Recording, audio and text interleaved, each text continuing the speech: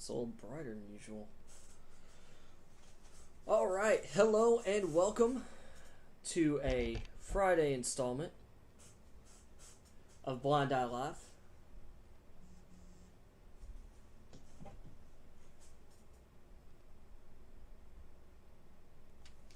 Sorry, need to check that.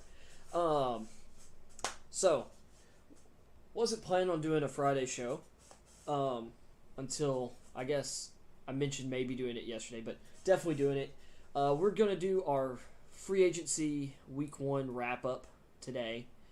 There have been some more deals, of course, signed. And later in the show, I'm going to get into my top 10 wide receivers for the upcoming draft.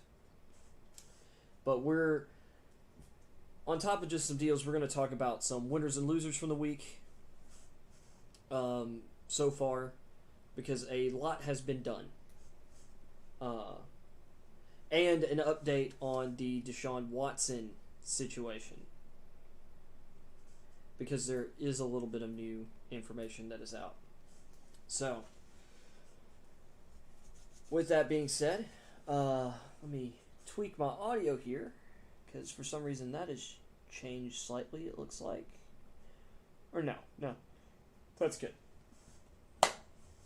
Well, anyway, so let's jump into it. The big deal that was signed today, Denver Broncos have agreed to a 4-year, $61 million contract with safety Justin Simmons, all-pro safety Justin Simmons, making him the highest paid safety on a annual, like a per year basis in the league, and I think in NFL history. I think Kevin Byard of the Tennessee Titans and Landon Collins of the Washington Redskins technically have bigger contracts, like in terms of total money. I think Collins' deal is like over $80 million, and it was like a 5 or 6 year contract. I think it was like 6 years, 87. Kevin Byard, however you prefer to pronounce his name, of the Titans signed a 5-year, $70 million contract, I believe, a couple years ago. But Simmons, 4 years, $61 million. That's a nice $15.25 million a year average there. So he's being handsomely compensated. But it's a good deal for the Broncos. They needed to keep him. He's very important to their scheme and to their defense.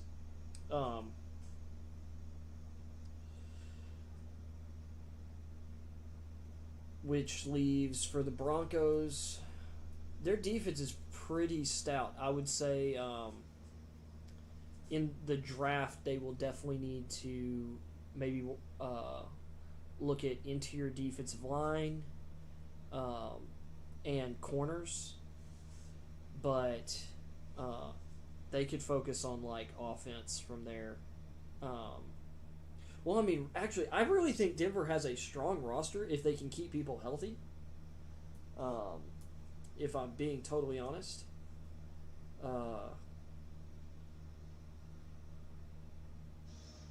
But they are in such a tough division in the AFC West. Although the Raiders probably are about to plummet back down the standings.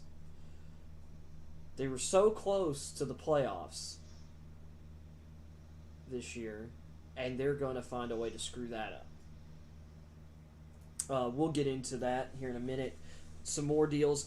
Desmond King, who's played most of his career with the Chargers, most of his rookie deal.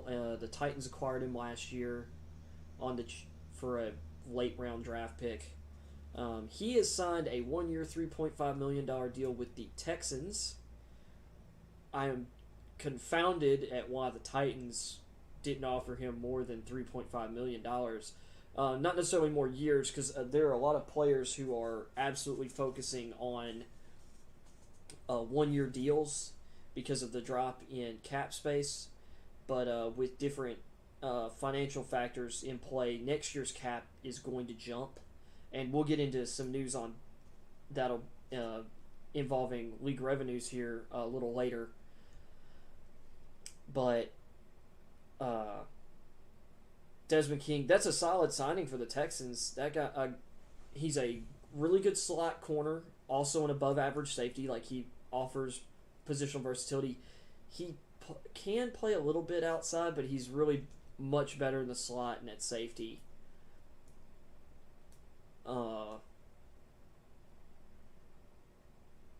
So I think that's a good signing for the Texans. But to me, I feel like he could have gotten more on a one-year deal from someone, I would have thought. But maybe there just wasn't the market. Because the slot corner market, a bunch of those guys got cut or were hitting the market this year. I know Justin Coleman got cut by the Lions before free agency. He had signed, when he signed his contract, it was the richest contract for a specific slot corner, if you don't consider LaMarcus Joyner's contract a slot corner contract, because people weren't at the time, because he was coming off of when he signed his deal 3 years ago with the Raiders, he had played free safety and was really, really good at free safety for the Rams. And so they signed him to like a 4-year, $40 million contract, something like that. And then they played him at slot corner, where he was not great. Joyner's a really good safety, but he's not a corner. He's a safety. There were a lot of people who believed he could be that kind of hybrid player, but that just didn't happen once he got to the NFL level. Like, his ability to play slot corner just didn't materialize. So Joyner, and speaking of Joyner signed it, and this is the other thing that surprised me about King. Joyner signed a 1-year $4 or $4.5 million deal with the Jets, which I thought was a really solid signing for the Jets, because they've said that they're going to play him. They plan to play him at free safety, or to play him at safety alongside their franchise tagged player Marcus May. That's going to be a really good safety tandem this year. Because they can play interchangeably. May is a much better player around the line of scrimmage. He's bigger, stronger. But Joyner is a perfect free safety. He fits the free safety mold for what Robert Saleh wants to do with the Jets' defense. Because Saleh comes from that Pete Carroll Seattle cover 3 system. He was an assistant with Seattle early in his career. He's worked with Gus Bradley, who coincidentally is the new defensive coordinator for the Raiders. Bradley, of course, was a head coach for the Jaguars. And then was the defensive coordinator for the Chargers after being fired from the Jaguars. He's been with the Chargers for better part of the last 5 years. 4 or 5 years he's been with the Chargers. And their defenses have been awesome under him. So maybe he'll improve Oakland. But Salah was the defensive coordinator for San Francisco the last few years. And Salah's a really great defensive mind. And I wouldn't be shocked to see Richard Sherman end up with the Jets or the Raiders, because it doesn't seem like he's going to be back with San Fran. We'll see, but Richard Sherman's still in the market. He's 33, I think, which for a corner that's kind of getting up there, but he was never, his style is predicated on his length and physicality, and he was never the most fleet of foot at corner. So, and Sherman was still fine last year. I think he should still be a solid option for someone.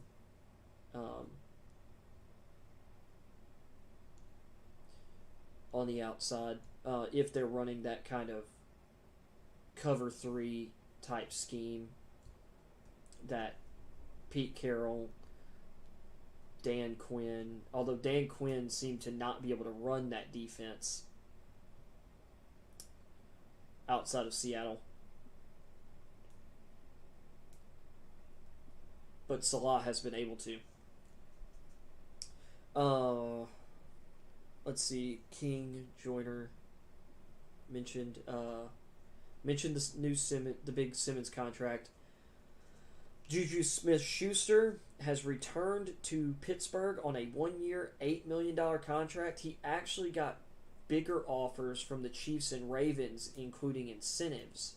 But he had said, Juju Smith-Schuster had said, I really would prefer to stay in Pittsburgh. A lot of people thought that was crap, but he was obviously telling the truth because he left potential money on the table with teams that the Chiefs have a wide open offense and could use someone with his skill set with Hill and Hardeman going deep. Sammy Watkins, I believe, is a free agent, so he would have been taking Sammy Watkins' role, and he has done a better job of staying healthy than Watkins, although he's not as dynamic of an athlete.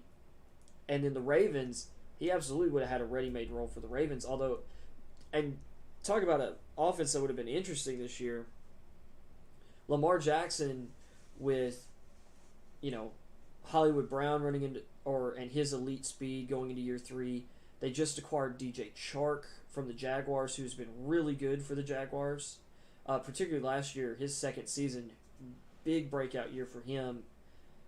Looking like he can be a top target.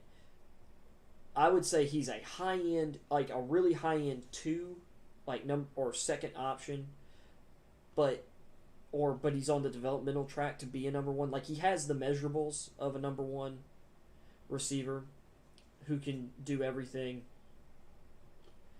And with the Ravens, I think Chark fits really well. They needed a bigger-bodied receiver. But if you have him in an offense where there's multiple weapons, like they have with Brown and then Andrews at tight end, Andrews and Nick Bowl at tight end, you had Juju Smith-Schuster as a physical slot option, physical intermediate receiver. They would have had everything.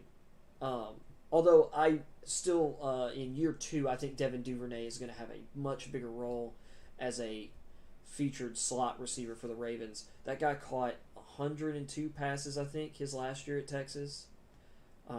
He ran, I want to say, the slowest, I think his 40 was in the 4.3s. It might have been a 4.41, but I want to say Duvernay ran in the high 4.3s, like 4.38, 4.39. Duvernay's a fast receiver with good hands, and I think he and Brown will cause a lot of and Chark, because all of them have great long speed. Chark has a little more build-up speed. He's not as quick twitch as Brown and Duvernay, but Chark has some get up and go to him, and long down the field at 6'3", Chark's really good. I think the Ravens have done really good with the moves that they've made. They haven't really made a bunch of signings, but I liked the Brown for DJ Chark trade because Brown's about to get expensive, and he was talking about he's a left tackle, and their starting left tackle Ronnie Stanley is one of the best in the league, and he was hurt last year, so Brown played left tackle a lot last year.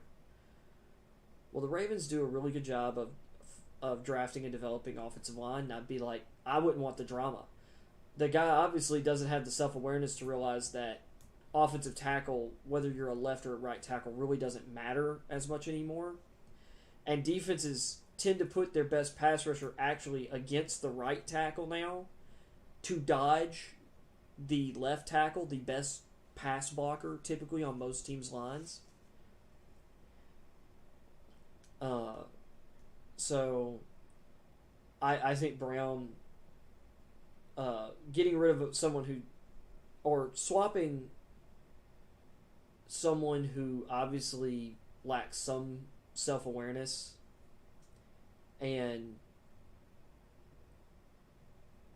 in critical thinking skill might be actually a bonus for the Ravens, and replacing him with someone who actually understands his place in the league and where the league is at.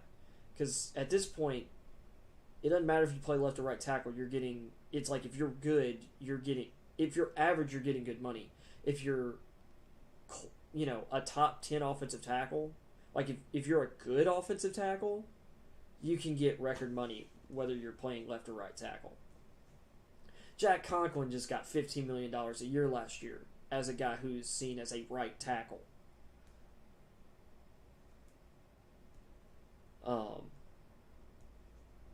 And I mean that's top of the market money basically.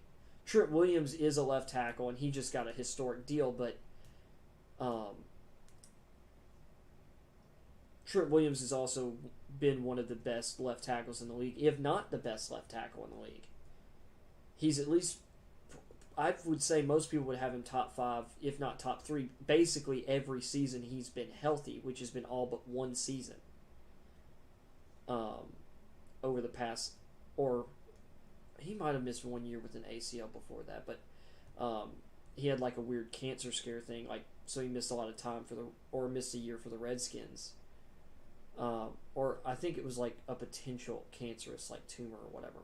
Anyway, he had some issues with Washington, but Trent Williams is an elite offensive tackle, and that's why he got huge money. The Jaguars, I think swapping Chark for a tackle who is better than anyone they have on their roster was a smart move. But anyway, I would say I like that trade for the Ravens. But let's see some more deals that are that I'm trying to remember. Or how about this? Let's get into the Oakland Raiders. Let's just jump into the Oakland Raiders because it was the next two things I want to talk about were deals that they've struck. I don't know what the Oakland Raiders are doing. I don't know if apparently they seem to think they know what they're doing. But they took the strength of their team and destroyed it in a week. First, they trade Trent Brown to the Patriots, who then restructure his deal and get it down to like $11 million this year. Why didn't the Raiders just do that? And all they got for it was they swapped a 7th round pick for a 5th round pick.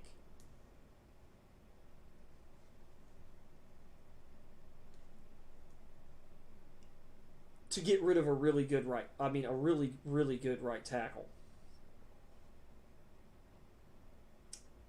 Who the Patriots were able to then negotiate his salary down like $7 million for this year.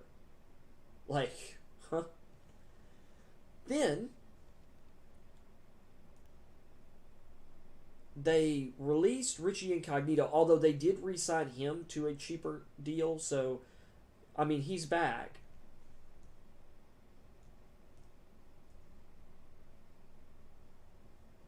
They then proceeded to announce that they were parting ways with Rodney Hudson, who they ended up trading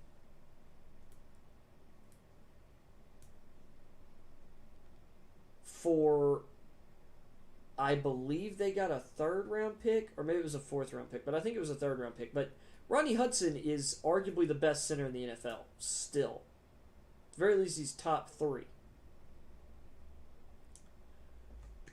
So, I'm confused by that decision. Apparently, I believe they were trying to trade, but I think they're going to end up cutting Gabe Jackson, who is a really good guard.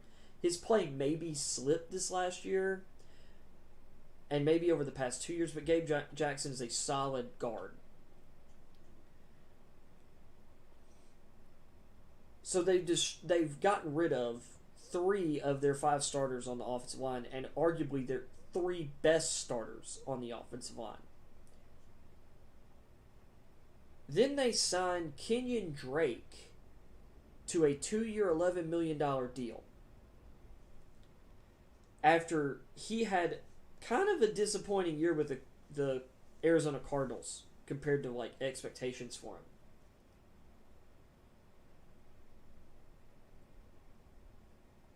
They spent a first round pick in 2019 on Josh Jacobs, who is their bell cow back, and he is a really good receiving back, who they decided in year 2, which they didn't really use him a ton as a receiver in year 1, because they wanted him to be good at that and then focus on the passing game in year 2.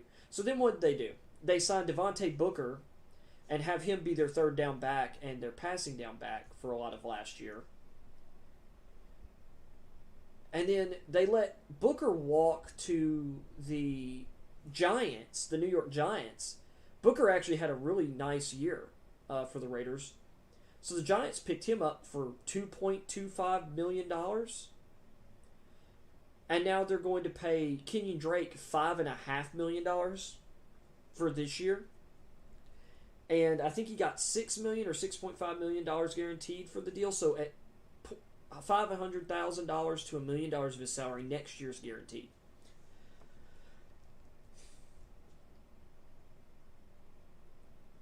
To be Jacobs' backup or to be like their passing down back, I really don't understand what John Gruden's doing. And I say John Gruden and not Mike Mayock because I really think that Mike Mayock is smarter than this. I know he's the GM, but John Gruden has control over everything. He's the head coach, but he's also like, think of him as like the president of football operations for the team. Kind of like Bill Belichick. Gruden is a really, really good coach who does not need to have any say in personnel matters.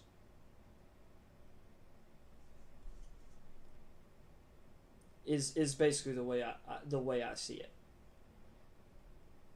But he signed a 10-year, $100 million contract back in, 2018? 2019. Was it only 20? No, it was 2018. I'm pretty sure. 2020 was so long, it honestly has screwed up my entire clock for the last few years because Gruden feels like he's been the coach of the Raiders for forever. But anyway, he's going to be there a while. And I really don't know what the Raiders are doing. It seems like they don't understand positional value. Just because you have Jacobs on a cheap contract doesn't mean you go out and you then spend money on his backup. It doesn't make sense. I like the John Brown signing they just had. But I would have rather taken the money that they're spending on Brown and Drake and just have brought Nelson Aguilar back.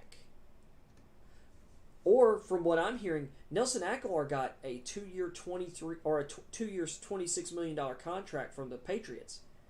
Well, rumor has it that Kenny Golladay is fielding offers right now, and the Chicago Bears offered him $11 or $12 million a year.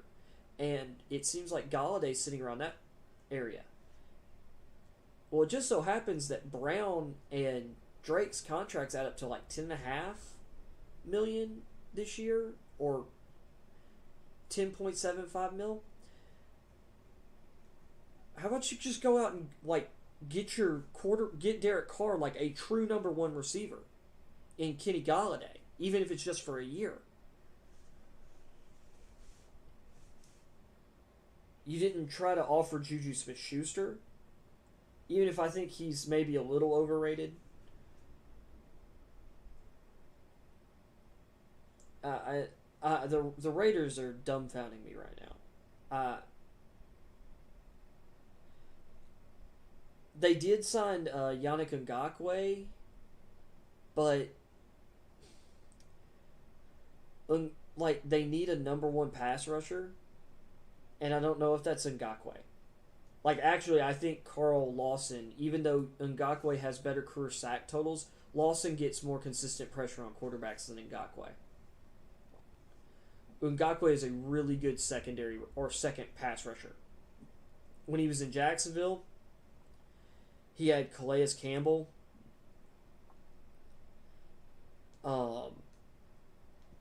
Marcel Darius, and then rookie year Josh Allen, who were demoing people. I forgot about Malik Jackson was the other interior lineman, more so than Marcel Darius. Malik Jackson. They had a really talented defensive front that he was a part of. Ngakoue didn't really start off well with the Vikings last year, and they ended up trading to the Ravens. And then the Ravens, he was solid, but I think he's a solid rusher. And yes, that still upgrades the Raiders' pass rush. But I would have rather have paid for Carl Lawson than Ngakoue. Or Matthew Judon. Although Judon's more of a 3-4 outside linebacker, but he's a big one. Like, he could play 4-3 end. And Ngakoue is kind of undersized. Like, he plays 4-3 defensive end, but he's like 6'2", 245. He's not a big guy. Not that you have to be, but I don't know. I usually never get telemarketer calls this time of day, but I've started streaming, and now it's like they're trying to call me this time of day. It's weird. So, and the Raiders have drafted decently, but with the amount of quality picks they've had, they've, in my opinion, wasted a lot of their value. Jonathan Abram hasn't really worked out, although that might be that they just haven't used him correctly, or they haven't been able to develop him. But I thought Jonathan Abram was a second-round player when people had him at the back end of the first round. I'm an SEC football fan. I watch games of every team. I watch pretty much every Tennessee Vols game. I watch all of the big SEC games every year, and I know a lot of the players and a lot of the teams and what's going on. And I have people that I know who have connections, people who maybe work places, different stuff. I liked Abram as a prospect, but I thought he was a second rounder. I thought he was a second rounder, back half of the second round. Maybe the back end of your top 50 prospects. I thought Abram was a solid safety prospect. Solid, strong safety. And the Raiders drafted him in the first round like he was a ultra versatile, super rangy free safety. Abram can play free safety, but I think he's more of a strong safety, and he's not you can't rotate him down and have him play man coverage on a slot receiver.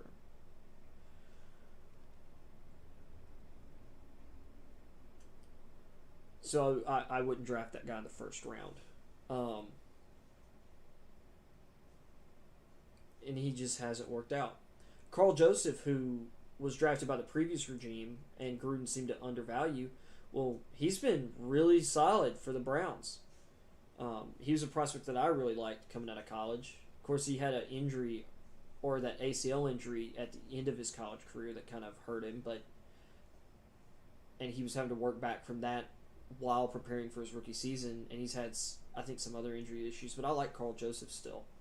But the Raiders just don't seem to, and they don't seem to value, or it seems like their valuing of talent is different than most everyone else that I see, that I read, that I listen to, that I come across. Colin Farrell. They drafted Colin Farrell, number 4 overall, their first draft in charge. Now, I was lower on Farrell than a lot of people. Because a lot of people thought, he was a, borderline top 10 pick. A lot of people had him going like, in between 10 and 15.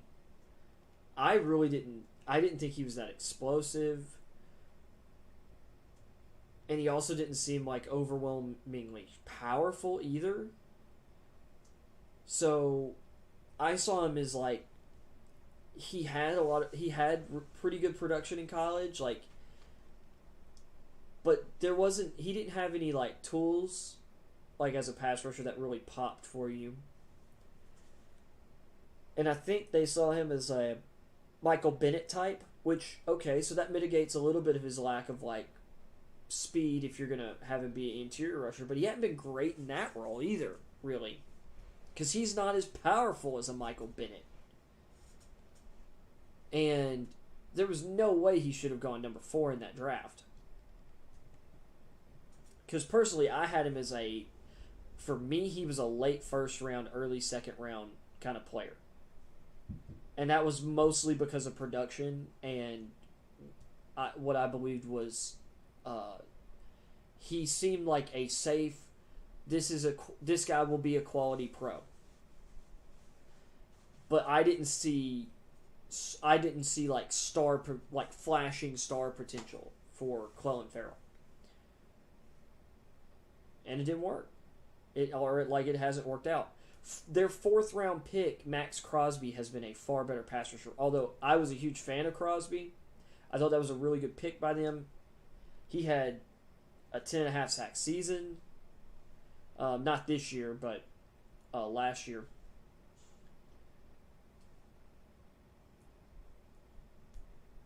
But it's like for their hits, they have a lot of misses or just miscalculations. Like Josh Jacobs is a really good running back. But I really don't like taking running backs in the first round. Like, I love Clyde Edwards-Helaire. And for the Chiefs, I was like, okay, I see their thinking in, like, drafting Edwards-Helaire. But I thought they had bigger needs. And I would say I would have rather taken a corner. And I still would say that the Chiefs probably should have taken a corner or an offensive tackle, because I saw this offensive tackle need coming. At the very least, left tackle. Because I believe they should have been trying to find like Eric Fisher's successor already, because he's overpaid. He's a fine left tackle. He's been a fine left tackle. But if you're okay and you're injured a bit, which Fisher has been, or Fisher spent a lot of this year injured, should have been planning ahead. And also because Mitchell Schwartz, who they also released, their right tackle, who's one of the best right tackles of the last decade, going into this year is 32. They decided to cut him. Like, one of those guys was going to need to be replaced probably this offseason. And turns out it's both of them. Although this is a great offensive tackle draft, so, but it would be nice to have one already or young offensive tackle already on the roster, and then be able to draft the guy to pair him with. So, but anyway, that being said, the Raiders, was Josh Jacobs a bad pick? No. He's worked out. But considering how fungible the running back position is and how easy it is to find quality guys later in the draft, look at Jerome Robinson for the Jaguars last year. Nobody knew who he was, and they're spending a pittance on him. Didn't miss out on drafting any quality mid-round talent for this guy. And he was probably one of the 15 best running backs in football last year. Sorry. Got the hiccups.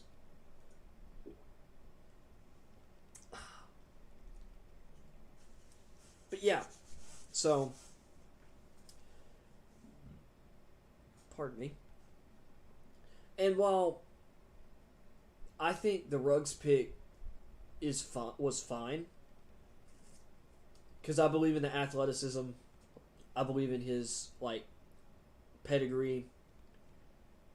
I think if he's healthier this year and with a better understanding of the offense, I think Ruggs can thrive. I think they see him as being Aguilar for them this year, except potentially even more dangerous because he's faster and he's more athletic. He's a stronger player. I still...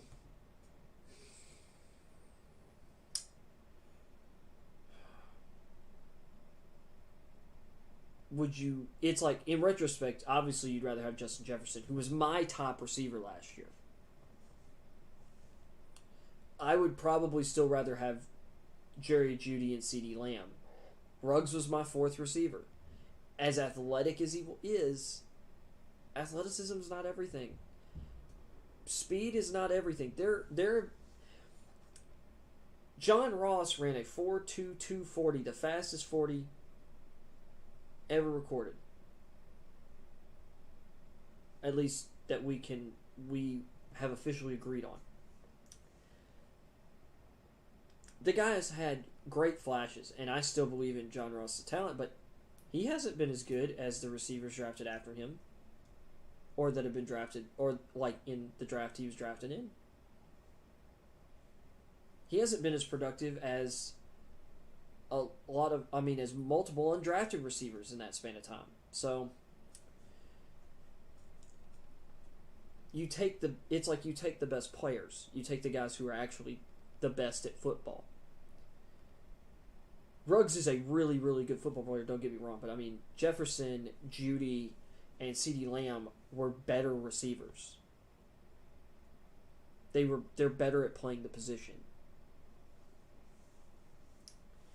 So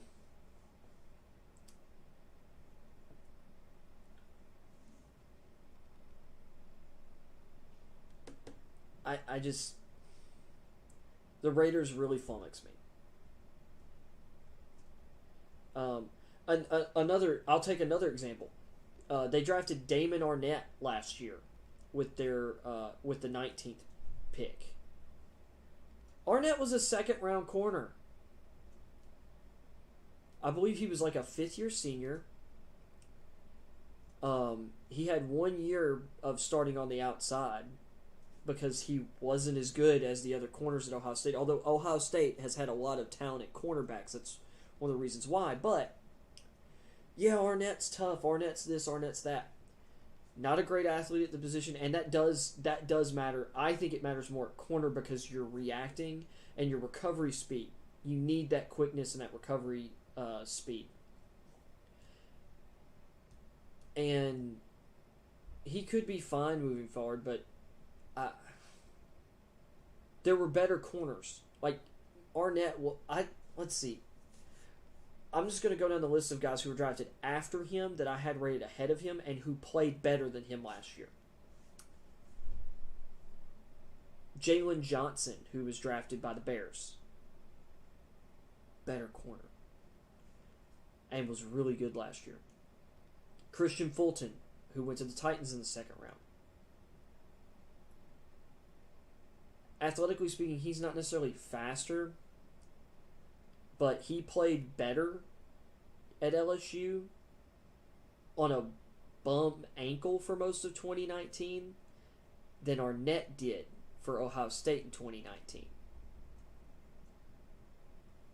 And Fulton was getting targeted like crazy because no one wanted to throw at his teammate Stingley on the other side. And Fulton was playing really good even despite dealing with a bad ankle for most of the year. Trevon Diggs of Alabama started from day one for the Cowboys and improved all season long. Win the second round.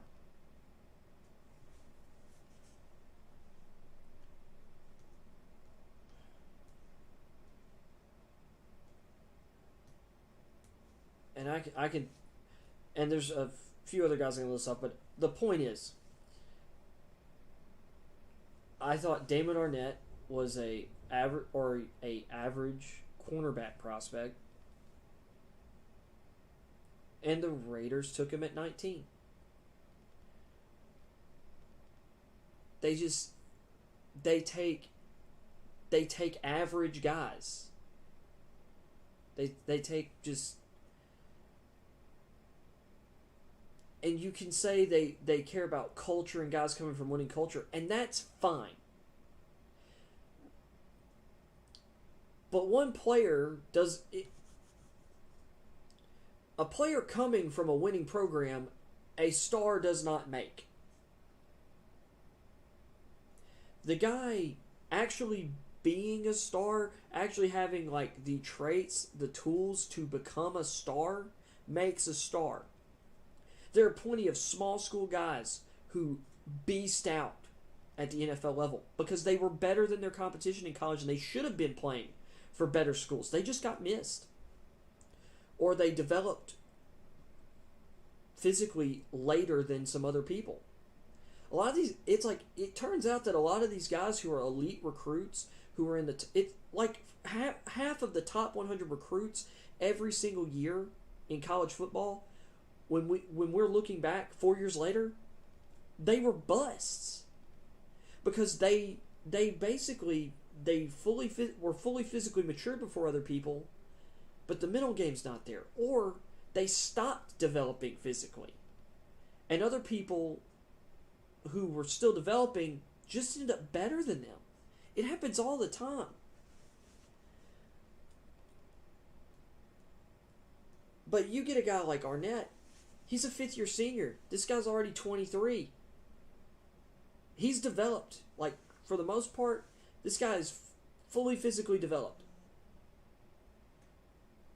And you've got guys like Diggs, who's 21, and he's already a better physical athlete than Arnett, but he still has some more room. Now, there's a lot of science that says, like, 24, 25 maybe is when you're actually done physically developing as a man, and maybe even later than that in some things. But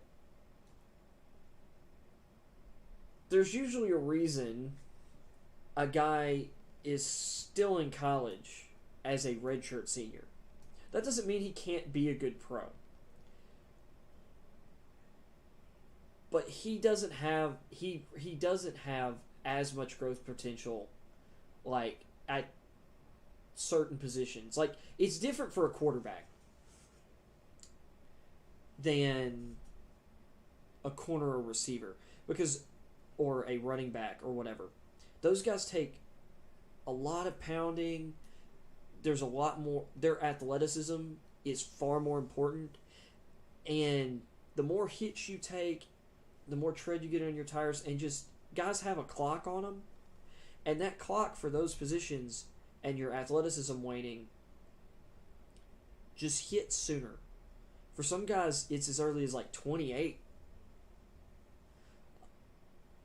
Usually it's like around 31.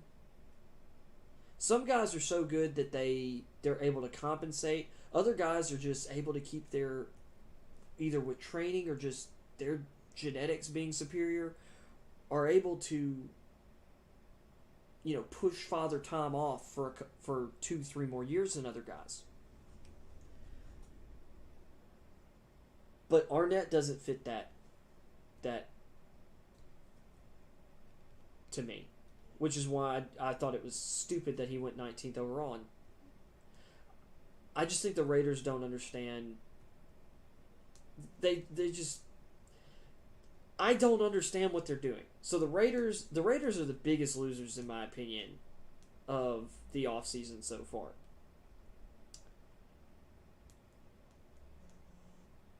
It's not. Sorry, okay. So Raiders are the big losers. because at this stage, there's still a lot left to be done. So I don't have like a ton of losers at this point in time. I would say that the biggest winner of free agency so far is the New England Patriots, because they've just got a ton done, and just at every level of their team. They added Nelson Aguilar 2 years, $26 million, to bolster a receiving corps that needed it. And I'm sure they're not done at that position. They signed the 2 best tight ends on the market, and arguably 2 of the top 5 tight ends in the league, at least top 7 tight ends in the league, in Hunter Henry and Jonnu Smith. Hunter Henry, 3 years, $37.5 million, $22 million guaranteed. Jonnu Smith, who I'm sad to see that my Titans let go. They signed him to a 4-year, $50 million deal with like, I think 30-something million guaranteed, something like that, or maybe it was 26 million guaranteed. And then they brought Cam Newton back on a 1-year, like $4-5 million deal with incentives that would push it to like 14 million.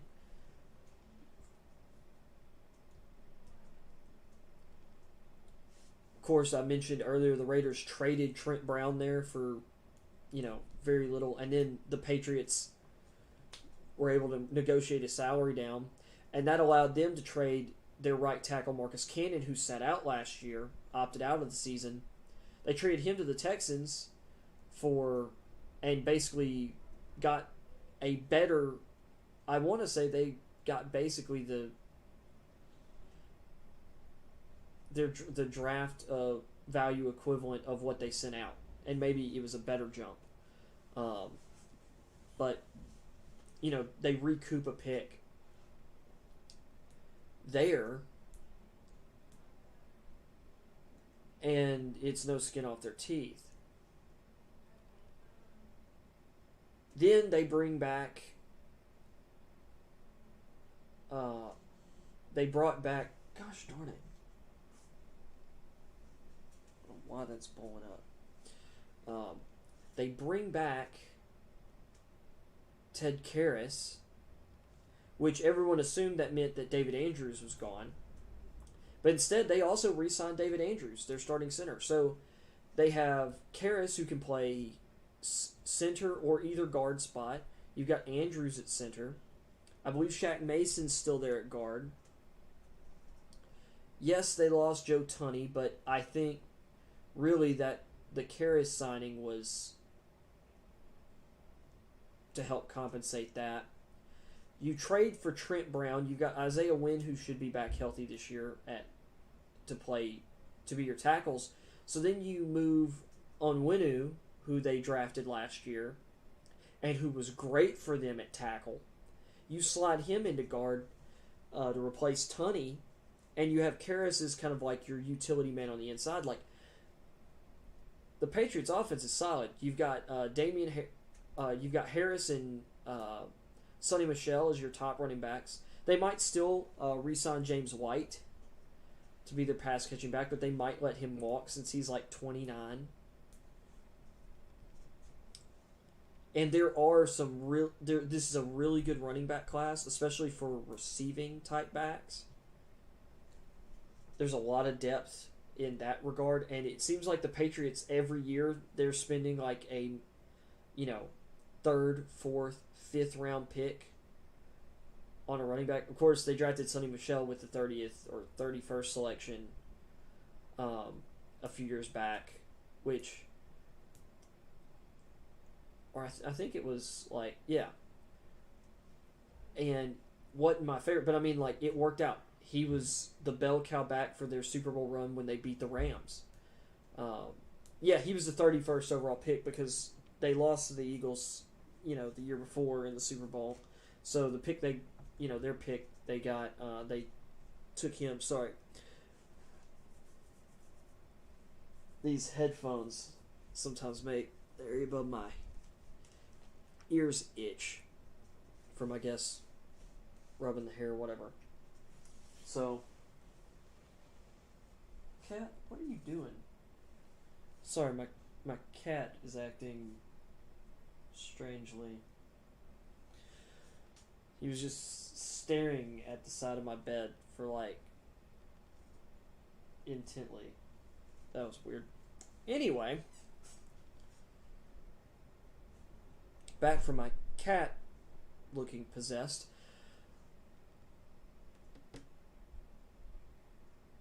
The Patriots' offensive makeover, I think, they're well underway to making some, well, they've already made huge headway, but I think they've got avenues still of improving their offense, but their defensive signings have been really good too. The Matt Judon contract, I like Judon and his fit in the scheme. They get Kyle Van Noy for 2 years, like $13.25 million, $13.5 million.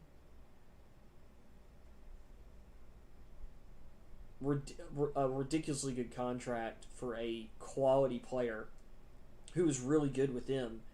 I mean, just last year he signed a 4-year, $51 million deal with the Miami Dolphins, and they cut him this year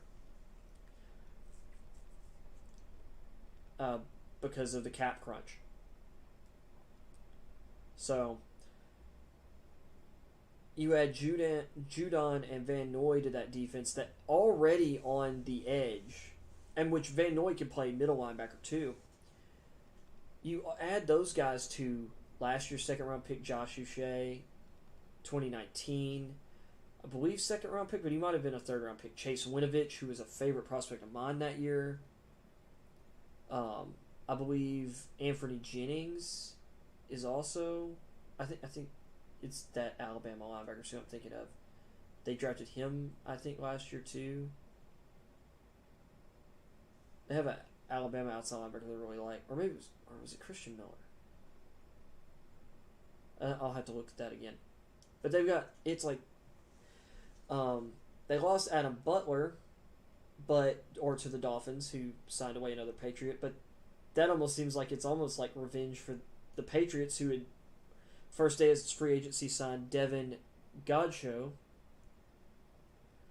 away from the Dolphins, who's a solid run stop and nose tackle, who also gives you a little bit of push in the passing game.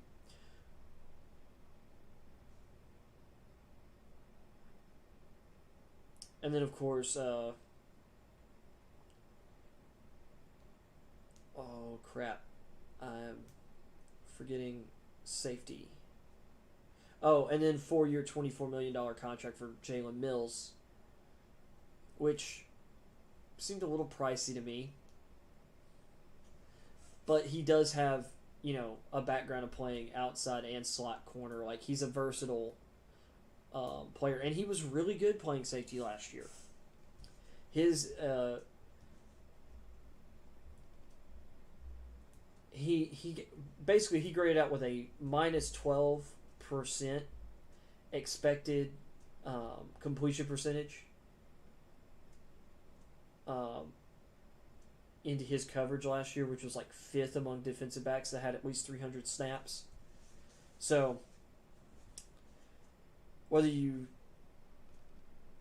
trust those metrics or not, because I think that might be a little misleading about his actual abilities. If that was a perfectly accurate assessment of his abilities, then he'd be worth the money that Jonathan Simmons just signed for. But instead you're getting him for like $6 million. I'm going to say that he's probably maybe worth $6 million a year. But I was a little surprised seeing that contract. But the Patriots made a move for a guy that they thought really fit what they like or what they want to do. And they tend to be pretty good at assessing secondary players. So there is that. Which it ended up being even more useful signing because Patrick Chung, everyone was like, penciling him into the Patriots lineup, and then he announced he was retiring, which actually didn't surprise me after he opted out last year because he's had he seems to have nagging injuries like half of the season anyway, most years, and I just think it was about time. Because after the Mills signing, he's like their fourth best safety at best, with Kyle Duggar being there. Second round pick from last year, who I really, really like. So, but the Patriots are the big winners of free agency. Hard to dispute it. It's really hard to look at any of their signings and feel like some people are saying, well, they overpaid here, they overpaid there. I'm like, because some people could argue, yeah, Aguilar's getting overpaid if Galladay's looking at like $12 million deals. I'm like, yeah, well, Galladay actually spends a lot of time nicked up, whereas Aguilar has pretty much been healthy all the time.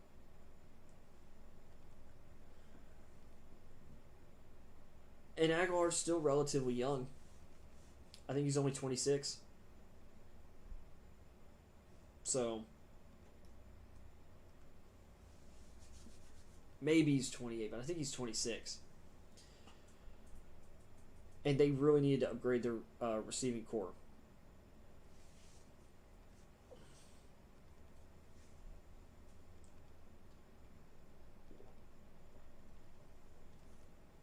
With that being said, I'm going to get to my next loser of free agency. And I would really say, before I say this, like,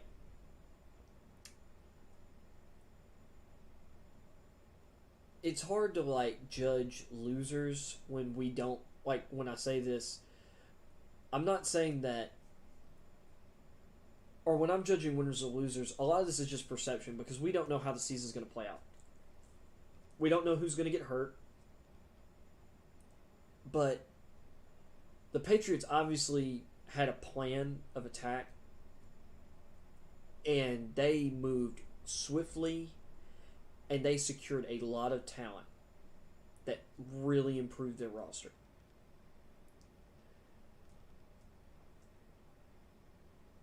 Whereas the Raiders' moves seem to have made their team worse. So for me, a lot of this comes down to which teams during this process seem to have just simply gotten worse. And I hate to say this, but my Titans I would put in the losers category right now. We cut a lot of useful players, and then we didn't retain the players that we needed to retain Jonnu Smith or Corey Davis, but really I feel like we needed to retain Jonnu Smith. And maybe our front office we don't want to pay $12 million a year to a quality tight end. That would be stupid.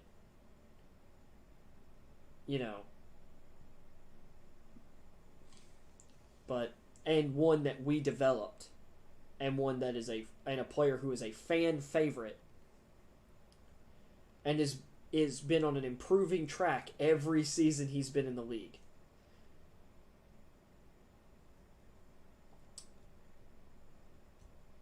We cut arguably our two best cornerbacks. We cut Malcolm Butler, although he was definitely overpaid. It's like I would have cut him. But I wouldn't have cut Adoree Jackson. I get he's had some injury issues, but the guy's, it's like he's a solid young corner with ability. And then we didn't bring back Desmond King, who signed a 1-year, $3.5 million deal with the Texans. That's cheap. We couldn't offer $500,000 more, or even $1 million more to keep a solid slot corner. That way, we're not having to replace 3 of our corners. I mean, Fulton was pretty good for a rookie corner, and we had a undrafted guy, Borders, I think his last name is like Brandon Borders, who played pretty well last year, but is probably a rotational corner. Like, we're going to have to overhaul that position, and I get the idea of, because of it being such a cash-strapped year for a lot of people, like waiting out the market.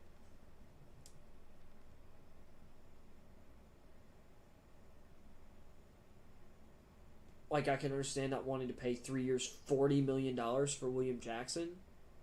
Although I like William Jackson.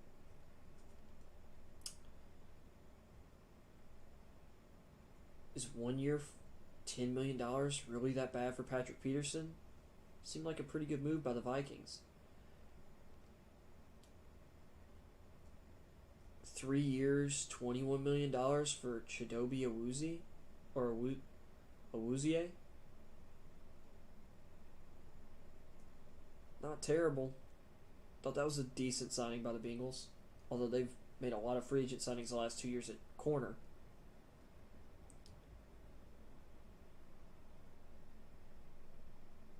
So I don't know. I would think that trying to keep Desmond King would have been a good idea, but I mean, we let Logan Ryan walk last year, and no one was chomping at the bit to pay him what he was asking for, because he was actually expecting 8 figures in free agency. He was expecting $10+ million a year. And he didn't get near that. But it would have been kind of nice if the Titans and apparently the Titans did offer him a deal. He just felt insulted by it to the point that he ended up going and playing. Someone picked him up, I believe, and he ended up making less than what the Titans had originally offered him. So to me, it's like, it's one thing to feel insulted, but when you realize that actually they were offering you more than anyone else, it actually is not an insult anymore. You just obviously misread your market. But it's like, and I like that the Titans were able to get Jayon Brown back on a really favorable contract. I think a 1 year, up to $5.25 million deal with incentives, deal is really great for him, because he's a quality linebacker. He is a better linebacker than Corey Littleton.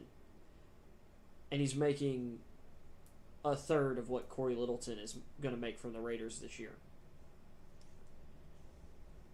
Well, if he hits all his incentives, he'll make a little more than a third. But still, there's almost a $10 million difference there. And I would say Jayon Brown is the better player, particularly in pass coverage, which is one of the reasons the Raiders signed Corey Littleton.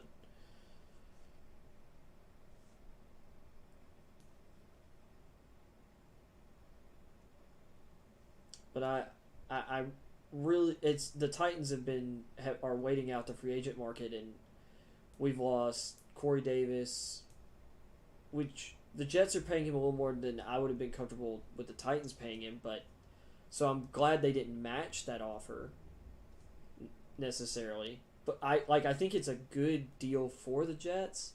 But then you're looking at the wide receiver market, and it's like, well, the Jets are committing to pay at least 2 years, $24 million to Corey Davis, because I think he got $22 million guaranteed. And Kenny Golladay, who is a couple years older and has a little more of an injury track record, but Galladay's a dominant receiver. He's getting $11-12 million a year offers, for 1 year, which Golladay seems to be seeking out 1 year deals to be able to come back next year. I think seems to be the thing, but I think once you're at the 28 years old range, even if you're a great receiver, and his game's not predicated on speed, so he should age pretty well. But still, I'm at 28, I'd be looking for multi-year security. Um, but but anyway, I just feel like right now the Titans haven't done enough, or I'm not hopeful considering what all holes we have now, and none of them have been filled. We've filled none of them so far. So we'll see what happens going forward, because it's just, you know, we're day 5, because I'm not counting day 5 from the start of the league year, because obviously that but the legal tampering period started Monday, and that's when all the deals were announced. So to me, that's the start of free agency. So we're 5 days in, and I don't like what the Titans have done so far. Seems like they're losing. So I've done 2 losers. Patriots are my first winner. My second winner in free agency.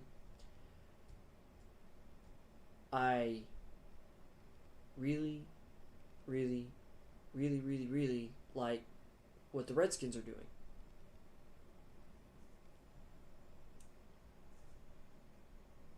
I like the William Jackson contract. I'm high on William Jackson, so I was, 13.3 million for a yearly salary is a little high, but because of how much young talent they have on rookie deals, I think it's a fine contract, and they really needed corner was arguably the weakest spot on their defense. So attacking that need was a really good idea. I really liked the 3-year, $34 million deal they gave to Curtis Samuel. The versatility he provides for their offense at receiver is going to be extremely important for the team. And I liked signing Ryan Fitzpatrick, because obviously Fitzpatrick doesn't preclude them from targeting a young quarterback.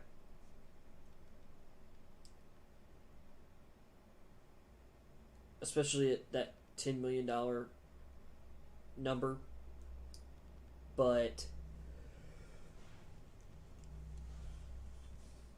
Fitzpatrick was, at the very least, he was a top 20 quarterback last year.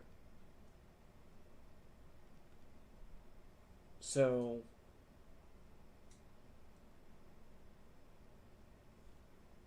you give him Terry McLaurin, who's better than any receiver the Dolphins had last year. Curtis Samuel was more productive than any Dolphins receiver last year. Like, Devontae Parker's really talented, don't get me wrong. But he's either nicked up or somewhat inconsistent. McLaurin just has elite deep speed. And he just plays with a fire that I just feel like Devontae Parker's never had. Like, just straight up.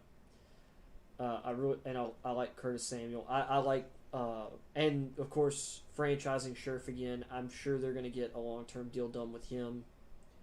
So I like what the Redskins are doing there. I think they definitely still need to. They can still address the receiver position, for sure. Because you still need more than 2 guys there.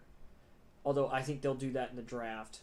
Although I do like last year draft pick they made, Antonio Gandy Golden.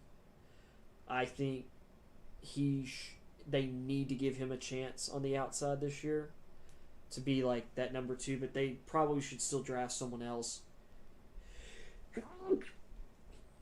Whew. Because you need more than 3 receivers. As many quality pass catching options you've got.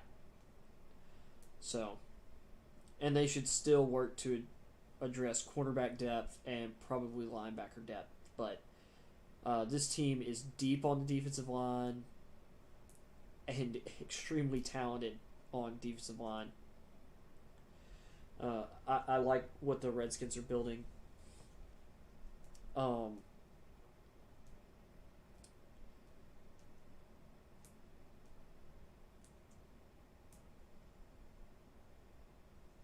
And if I'm going to give another loser award out at this stage,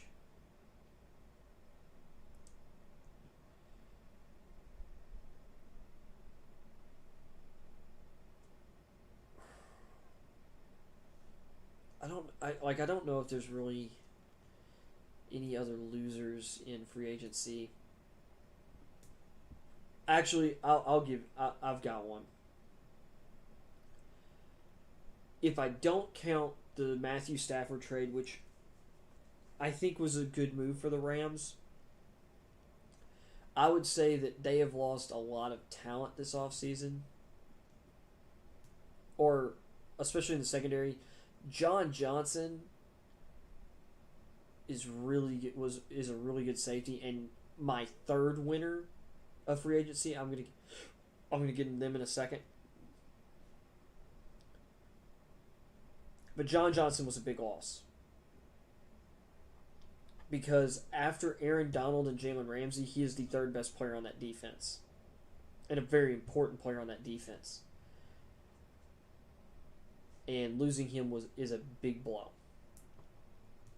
But they have done a good job, or they have invested in. I think they were planning for losing him because they've invested heavily in the safety position in the draft the past couple years.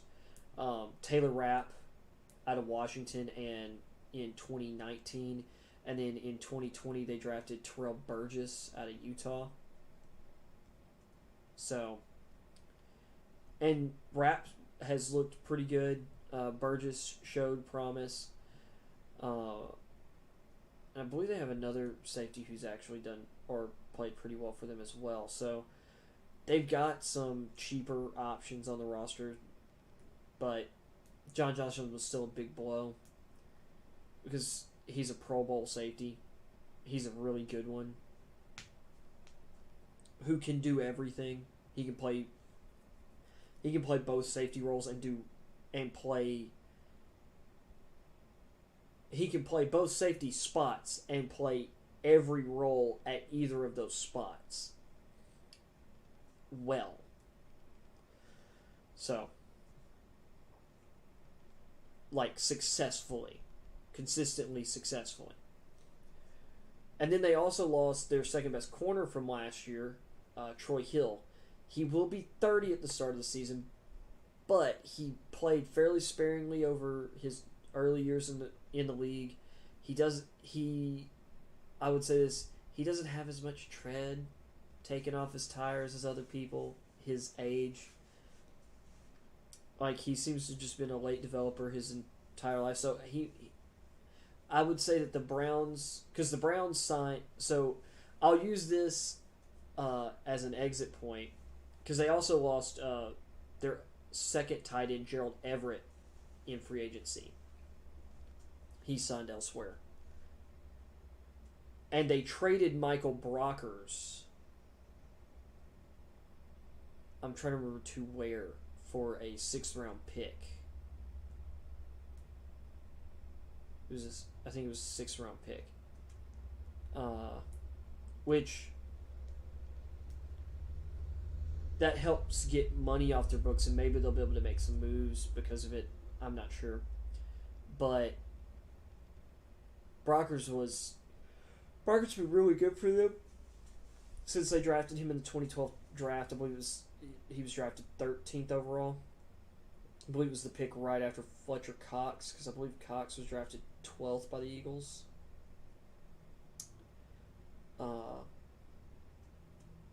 But the Rams have lost a lot of talent. And then they overpaid to keep Leonard Floyd, who he'll be 29 at the start of the season, which I think surprised, or some people would be like, wait, Leonard Floyd's already 29? It's like, yeah.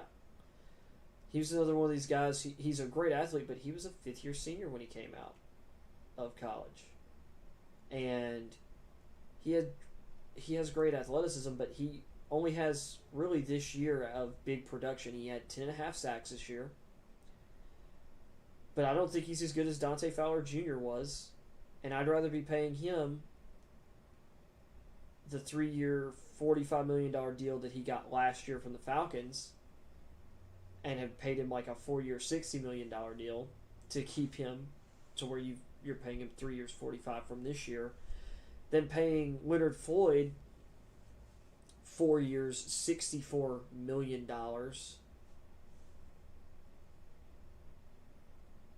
When he sucked for the Bears. He was either bad to passable with the Bears next to Khalil Mack. Like, he wasn't producing next to Khalil Mack. And with as talented as the Bears defense was up front with him and Akeem Hicks, and I think they overpaid big time. Now Floyd could like be one of these guys who, gets a new place, but the defensive coordinator that got this out of Floyd, he's in San Diego now. He's the head coach for San Diego. He's the head coach for the Los Angeles Chargers now. So I don't know. I think the Rams just, they should have spent that money to keep, for what they're paying Floyd, they could have kept Simmons and Hill. Or Simmons and Everett. Although losing Everett's fine. I would have tried to keep Simmons and Hill. Or kept Simmons and brought in a Desmond King. And maybe an interior lineman like Ted Karras. Because if I've got Karras' money correct, if you put him and King together, it's about the same amount that Hill's making a year at $6 million for the Browns. So with that, I'm going to get into my third winner for free agency. I really like what the Browns have done. They and the Redskins are kind of like the Washington football team. It's going to take me forever to stop or to remember to call them the Washington football team.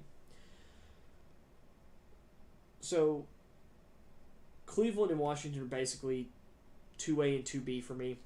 I like what they've done. The Browns signing John Johnson was a really good deal. 3 years, $33.75 million for one of the best safeties in the NFL.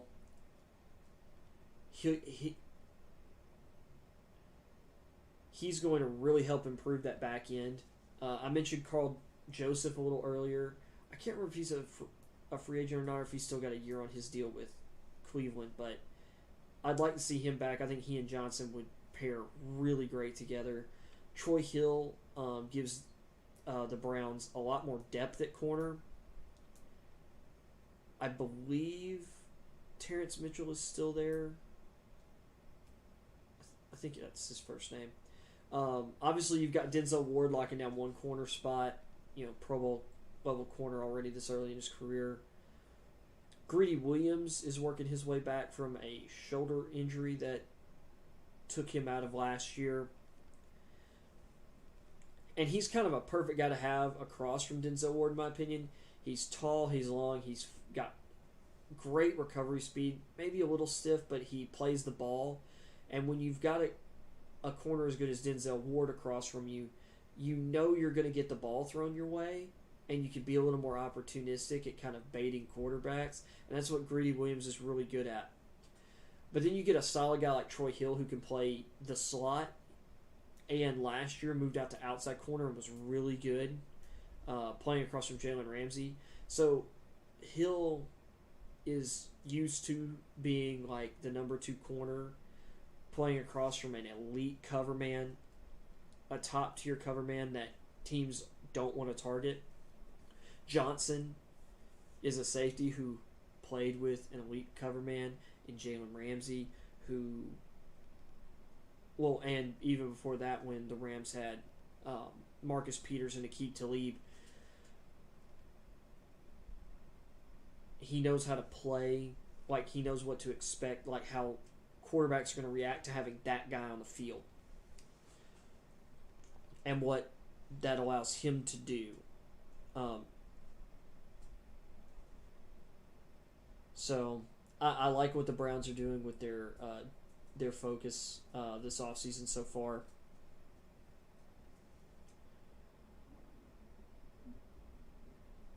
And then I like what the Vikings are doing with their defense. The money they're spending. I like the Patrick Peterson signing because I think, sure, Peterson's athleticism might be waning a little bit, but I think the Vikings scheme will help mitigate some of that. And Peterson's a really, really good corner. And the Cardinals, I think it's very obvious the Cardinals need to draft a corner in the first round. So I'll leave that at that for them. But and I really like the Vikings signing Dalvin Tomlinson to a 2-year, $22 million deal. I talked about that yesterday. Really like Tomlinson, and he's exactly what that defensive front needs. With Linval Joseph having opted out last year and them letting him go,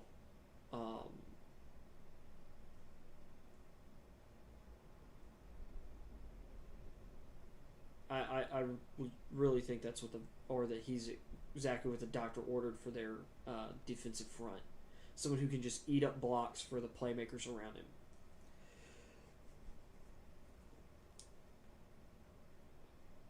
Oh, and I forgot this when mentioning the Titans during the losers thing. We did sign a pass rusher. We needed one desperately in Bud Dupree. But he's coming off an injury. And while I don't hate the contract, I would have rather had some of the other pass rushers on the market. Or I would have rather taken a chance on Hassan Reddick. Or even though we're paying Dupree, we still probably should have taken a chance on Hassan Reddick, whom the Panthers got on a 1-year, $6 million contract with, I think, incentives that would push it only to like 8.5 or 10 million. I think it's only up to 8.5 million. Reddick's coming off an awesome season where Vance Joseph, their defensive coordinator, used him like the Cardinals should have been using him from the beginning, which was as an edge rusher instead of an off-ball linebacker. And Reddick thrived. And despite Chandler Jones being out and missing most of the year, Reddick came on at the end, particularly when the Cardinals were making a playoff push. And I know the Cardinals got J.J. Watt, but they still, at that dollar amount, the Cardinals should have done everything they could to keep Reddick.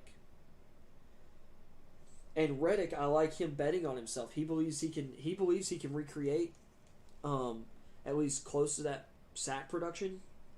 If he can do that in Carolina, he's going to get a big payday next offseason. And Carolina should have the talent around him to help him do that. They've got Brian Burns, who they spent a first-round pick on in 2019, and he looked really good last year. Last year's first-round pick, or number 8 overall pick, Derek Brown. He's a game wrecker inside.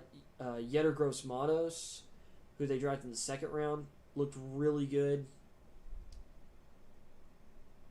You can have Gross-Matos probably rush on the inside on nickel downs, and you can put Brown, Gross-Matos, Burns, and Reddick on the field all together on obvious passing downs. And that pass rush pretty scary looking.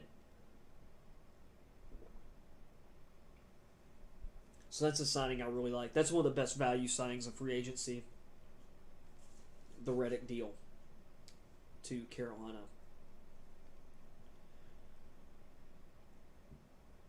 So it's only one signing, but that's definitely a winner deal right there. I think the Steelers feel pretty good about being able to retain Juju. That receiving core going into next year with Juju, Deontay Johnson, James Washington, and Chase Claypool, you have 4 guys who all have unique skill sets from each other. Or there's some skill overlap, but like they each are different archetypes. Like Claypool is the physical monster, like Calvin Johnson mold, 6'5", 240, ran a 4.39 40, like what? 40 plus inch vertical, or if it wasn't 40 plus, it was like high 30s in the vertical. I mean, he's ridiculous. Had a 4 touchdown game last year. So you have the physical freak who can just overpower people and dominate contested catches. Washington's not quite as fast, but Washington's a savvy kind of deep threat, intermediate to deep receiver. Thickly built, although not tall. And he's obviously the 4th best receiver out of this bunch, but if James Washington is your 4th best receiver, it's like you probably have a really good receiver core. Like if he's clearly the 4th best. Juju, of course, top physical slot guy, short to intermediate game. He's really good. His yards after the catch wasn't great last year. I mean, when you catch, what was it? He had like 90-something catches last year, but he didn't break 1,000 yards. That's kind of weird to me. But the guy's physical and he has really, really good hands. So I would say he'll probably catch less passes next year, but I'd say he probably, depending on how many fewer he catches, but I think he'll average more yards per catch this year. And potentially like several more yards per catch, than he did this year. And then Deontay Johnson, he's not Antonio Brown, but he plays a lot like Antonio Brown. In my opinion, because he can play outside, he can play inside. He can maneuver all over the place, and he can beat the defense at every level of the field.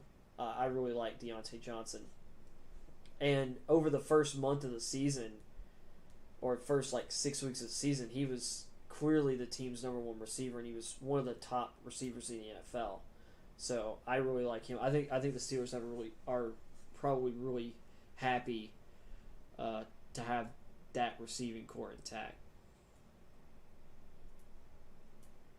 But they need to figure out the tackle position.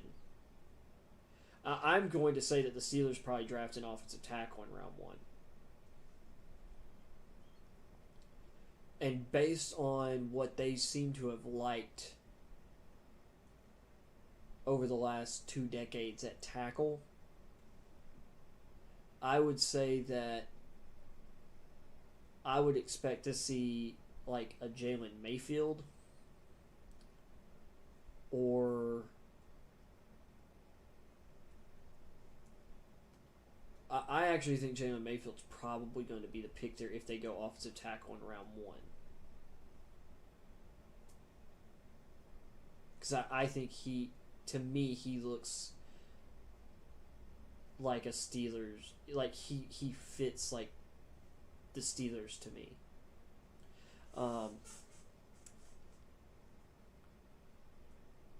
And I like what the Jets have done this offseason so far. I like the Marcus Joyner signing.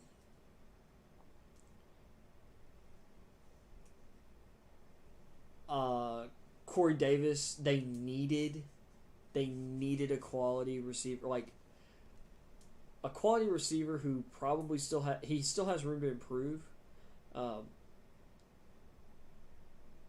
you put him and Denzel Mims on the outside together, I think they've got a really good roster. They also, and I want to say they signed like a cheaper slot option too.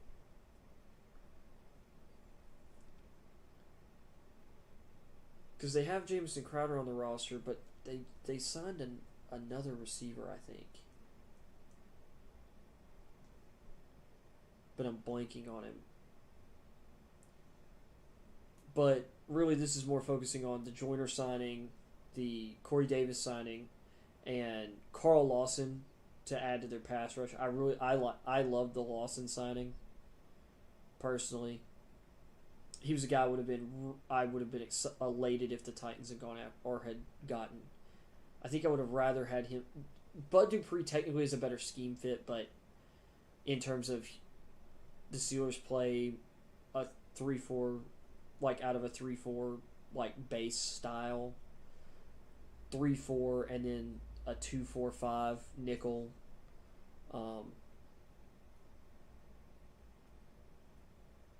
Whereas the Bengals are more like a 4-3 base, like standard 4-2-5 nickel.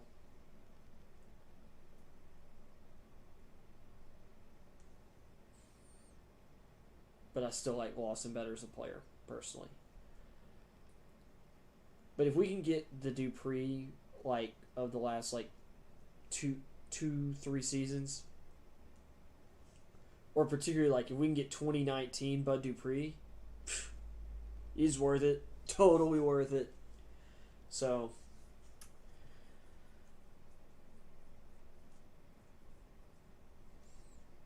yeah. And the Seahawks re-signed Ethan Pocic to a pretty cheap deal,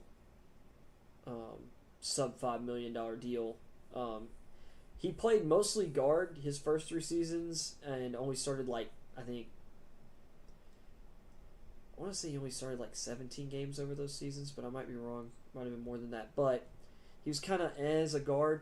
They moved him to center last year. He started 14 games at center last year for them and ranked 16th at the position in pass block win rate, which that's solid.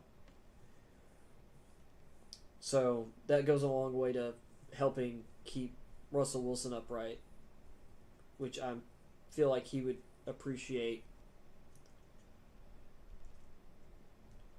So, and I like what the Jags have done this offseason. Franchising Cam Robinson. They're probably going to move him or Jawan Taylor into guard based on the fact that they traded for Orlando Brown. I don't trading away DJ Chark, but because he to me he looked like he was progressing into a number 1 receiver for them. Especially considering you're bringing in Trevor Lawrence. Kind of seems like you would kind of want to have a kind of a physical freak type receiver who can dominate down the field and allow Trevor Lawrence to use his elite tools. But, they do have Laviska Shenault, who they drafted last year in the 2nd round, who is really good. But I guess it is a little more important to have or to keep your quarterback upright. He can't really get the ball to Chark if he's on his back. And Robinson had arguably the worst pass blocking year of his career last year. So maybe they're going to move him in to left guard and leave Jawan Taylor, 2019 2nd round pick at right tackle, and run. They're obviously going to run Orlando Brown at left tackle. But I like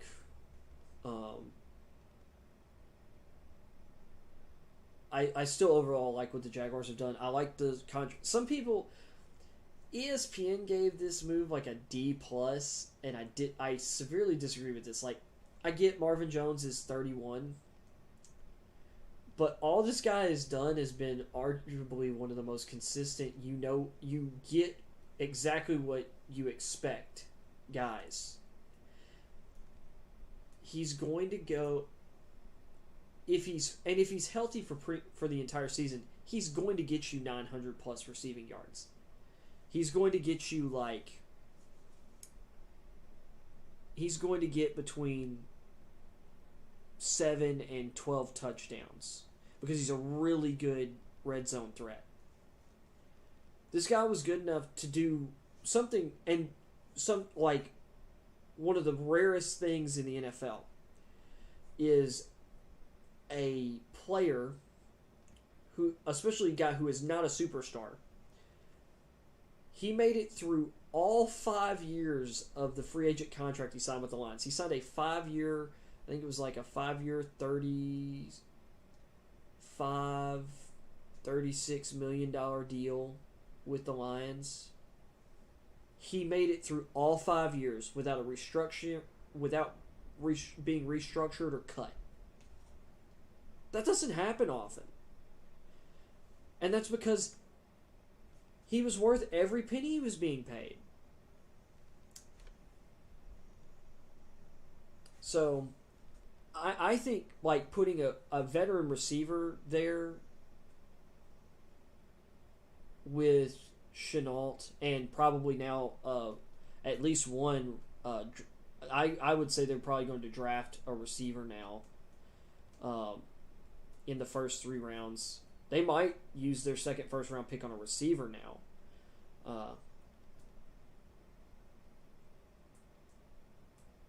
But we'll see.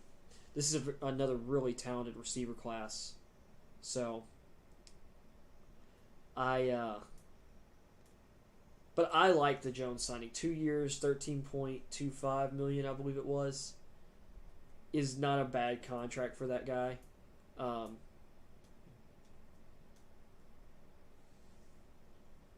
Barely any of the money in year 2 is guaranteed, if any of it is guaranteed. So, I don't think it's a big loss. And if anything, if you're going to trade away DJ Chark for, a potential stud left tackle, getting a solid perimeter option is a good idea. And a solid red zone, or a really good red zone option for Trevor Lawrence. I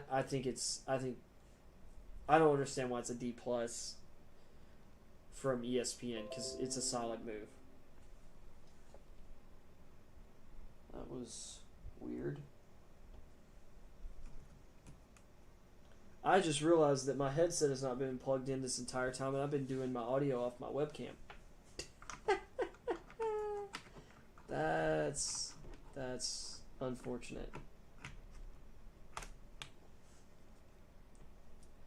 So, I bet you that sounds much better. Man, I am still new to this, guys. Still new. Let's see, what time are we at right now? So with that, I'm going to... Oh, I missed one other thing I wanted to say about the Jaguars, because there was one other contract they signed as well there. So, after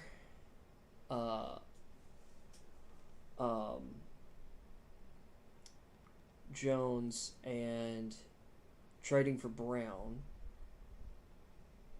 and I'm assuming they franchise Robinson. I'm assuming they're going to move him, or I mean, they're going to sign him to a long-term extension to get his cap number down. They also signed...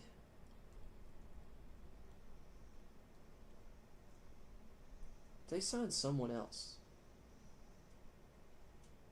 And I'm blanking on the person now, and I had him earlier in mind. Oh well. But anyway, I'm going to move to my top 10 wide receivers now for the draft. So, there's a big debate up top in this year's draft. There's a consensus that Jamar Chase it seems like most people have him number 1, and if they don't, he's number 2. But he's a consensus top 2 receiver. Devonte Smith, some people like myself have him number 1. Barely. But some people have him like down at number 3. I know Bucky Brooks of NFL.com and NFL Network has him at 3, behind Jalen Waddle.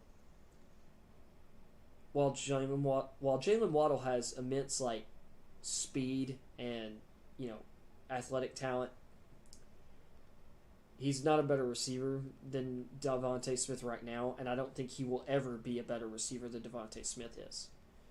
So, Devonte Smith is my number 1 wide receiver.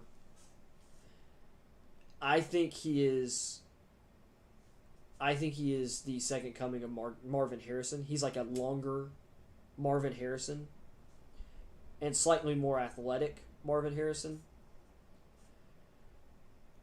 Harrison was extremely quick. He was the ultimate technician in running routes and manipulating defenders. He created tons of separation. He had amazing body control. Like, Harrison was like 5'10", maybe 5'11", and he was great on contested catches. He was great at positioning himself, and he was great. He was one of the best ever at getting his toes down in bounds and like reaching out of bounds for passes. Like, very few have been on his level at that. Devonte Smith has that ability. Devonte Smith is the best college receiver of all time. I think, period. It's like his freshman year, he played like sparingly for the most part, but he did have some big catches, and he did catch the game-winning TD pass from Tua Tagovailoa in that national title game against Georgia. One of the best plays in college football history. And then he went on to be extremely productive. Of course, his sophomore and junior seasons, he was not considered to be as good as Jerry Jeudy or Henry Ruggs, but he was the most productive receiver on the team his junior year. Jerry Jeudy and Ruggs are looking at being first-round locks, and a lot of people had Devonte Smith with a first-round grade. Smith decides to come back to school and prove that he is the guy. And all he does is, a year after Chase puts up ridiculous numbers over a 15-game sample, Smith basically matches those numbers, and actually I think ended up with more touchdown catches in 13 games, like 2 less games. I mean, Devonte Smith had an incredible season.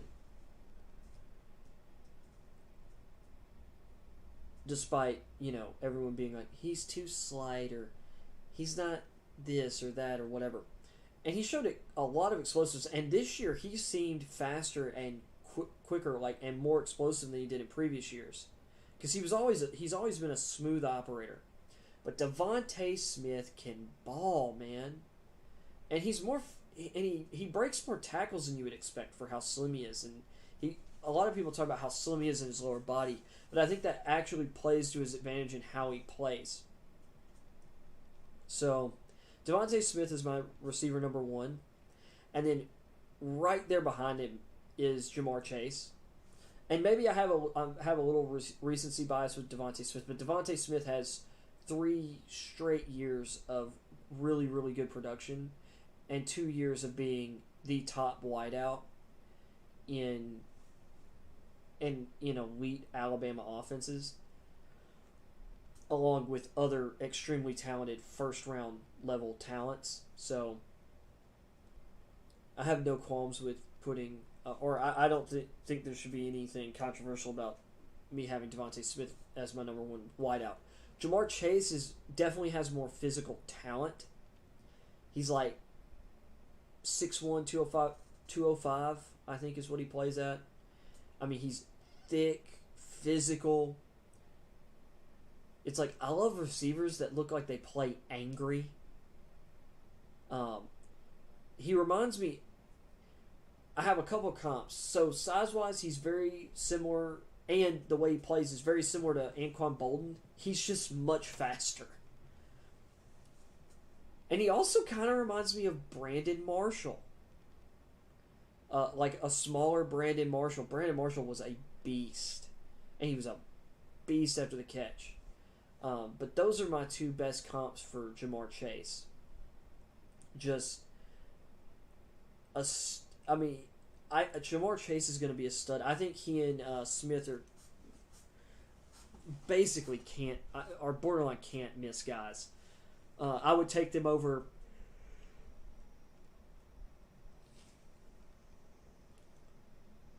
In retrospect, it's hard to say I would take them over Justin Jefferson now, but like at the time of where these guys are compared to like going into last year's draft, I would take these guys over everyone who was drafted in last year's draft at receiver,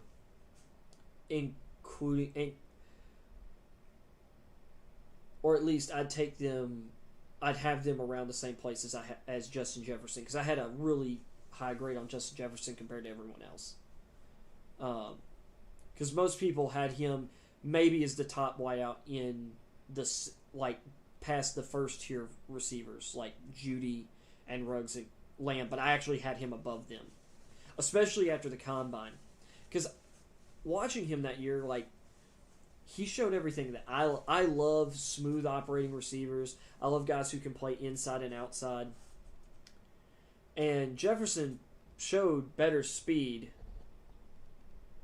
than on tape than a lot of people were giving credit for, because a lot of people are like, yeah, but he's not really like, he doesn't really seem to show these athletic traits, and it ended up he was more athletic than Jerry Jeudy.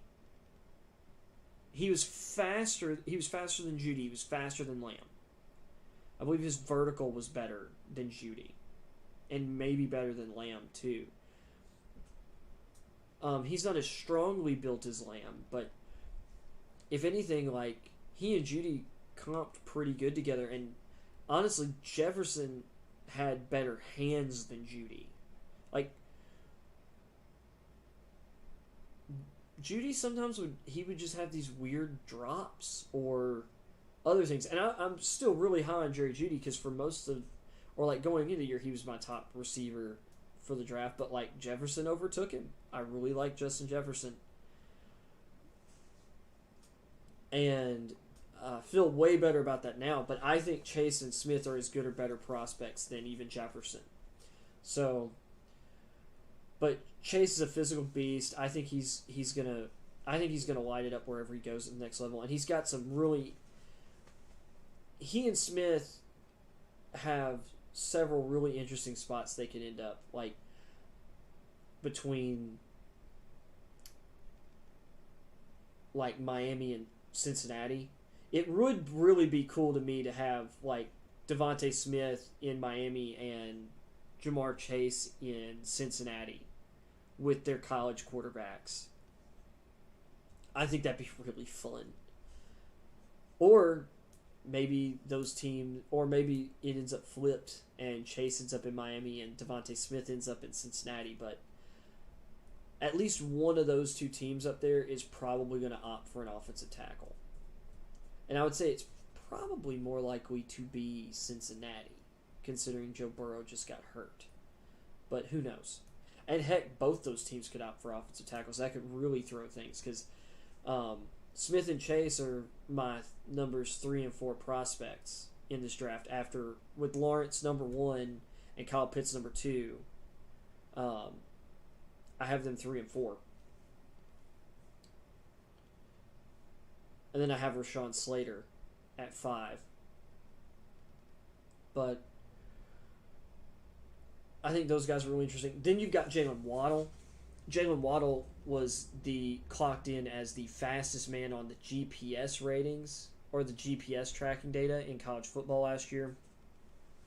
That guy can fly. He's super quick twitch. He's a better all-around athlete than, like, Henry Ruggs is a powerful and fast athlete. Waddle is a twitchy, like an agile and fast athlete. He's got a lot more wiggle to him. And he's better at changing speeds than Ruggs.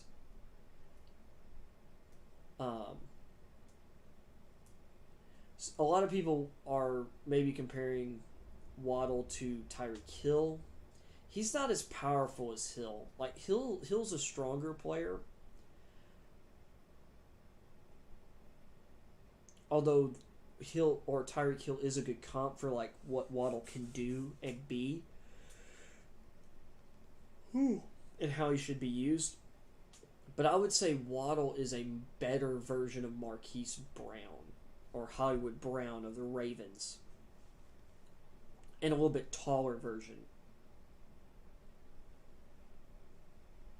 Because Waddle's got really good body control. He's actually a really good downfield receiver. He runs really good routes. Like, he runs better routes than Ruggs. I can't remember if Ruggs ran, how many comeback routes Ruggs ran in college. I don't know if he really ran any. He would run some hitches, but, like, Waddle runs a really good, like, sideline comeback.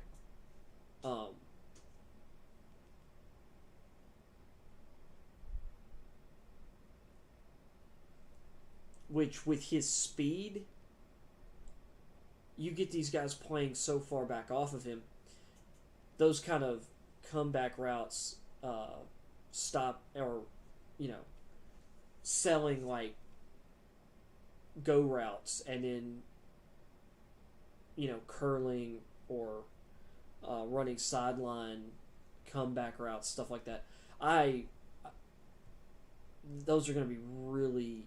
Those routes are going to be easy yardage for him and quarterbacks at different points, or as he develops, I think, because of his speed. He runs enough of those, it's like those corners start playing back, they start running full speed and with him on those goes, and then he just stops, and I don't know if there's a corner in this class who is quick enough and fast enough to adjust with Jalen Waddle in those situations and recover in time. I just don't.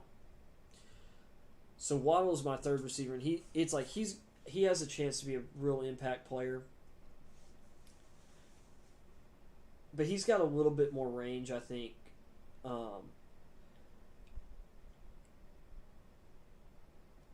Because from what I'm seeing, it looks like Chase will probably be the first receiver off the board. And depending on the team, I think Waddle could end up going ahead of Devonte Smith. But I think he'll fall further than Smith. Like, I think he has a bigger draft or range of outcomes than Chase or Smith in terms of where he gets drafted. And he looks like he would be a player like Waddle should fit on any team, but in terms of, like, what I'm looking at in the draft, he fits for the Eagles, even though they drafted a guy like Jalen Reagor, who is kind of like Waddle. Waddle's a much better all-around player than Reagor. Reagor was overdrafted last year anyway.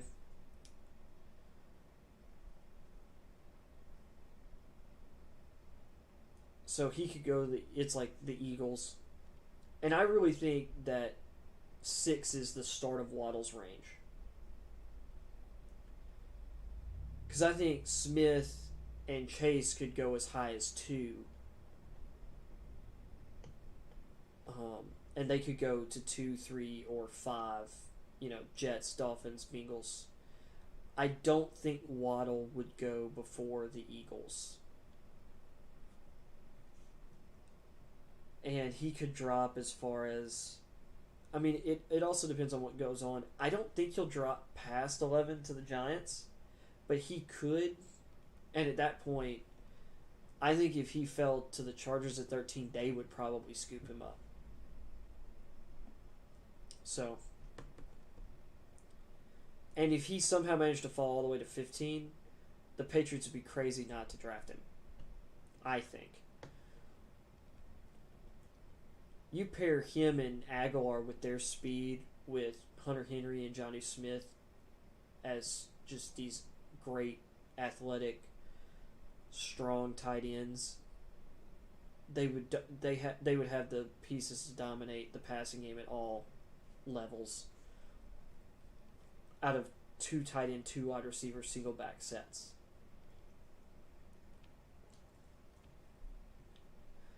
So, but I would say I like Marquise Brown more as a comp though for Waddle than Tyreek Hill, just because Hill has been so special. But those are the 2 best comps for Waddle. But I think that Waddle's floor is like what Marquise Brown has been. His ceiling is what Tyreek Hill is. Beyond that, there's a little bit of a drop because I don't think any of these... Well, I think it depends on your philosophy, but I would say that none of these guys are top 10 players in this draft. Maybe not even, and probably not even top 15. I don't think, after these 3 guys, I don't think you'll see a wide receiver go until like the Redskins at 19. So my number 4 receiver is Terrace Marshall out of LSU. Big, strong receiver, 6'3", 205. It's like I've heard that at his pro day there's a chance he runs in the 4.3s. I'm gonna say he's probably got like low 4.4 speed though, maybe mid 4.4s. But he is a smooth operator at receiver as well. Like, he's bigger than Chase, or he's taller than Chase. He's not as physical as Chase, necessarily. But he knows how to use his size. He's got really great long speed. He's actually got more, quick twitch in him than you would expect. He's got more wiggle than you expect for a guy as long as he is. And I really think Terrace Marshall has the best comp for him is DJ Chark. Except he's probably a more polished receiver at this stage than Chark is, and that's why he's got a first-round grade. Whereas Chark went in the second round, about where I expected him to go. Chark had first-round talent, he didn't have first-round production. Marshall has first-round talent and first-round production. His yardage production may not be necessarily super crazy, but the guy has double-digit touchdowns over the last 2 years. I think he's got 23 total touchdowns the last 2 years. So,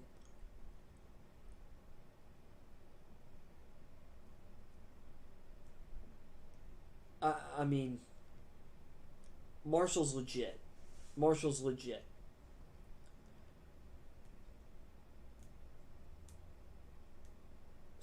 So after Marshall, my number 5 receiver is Rondell Moore.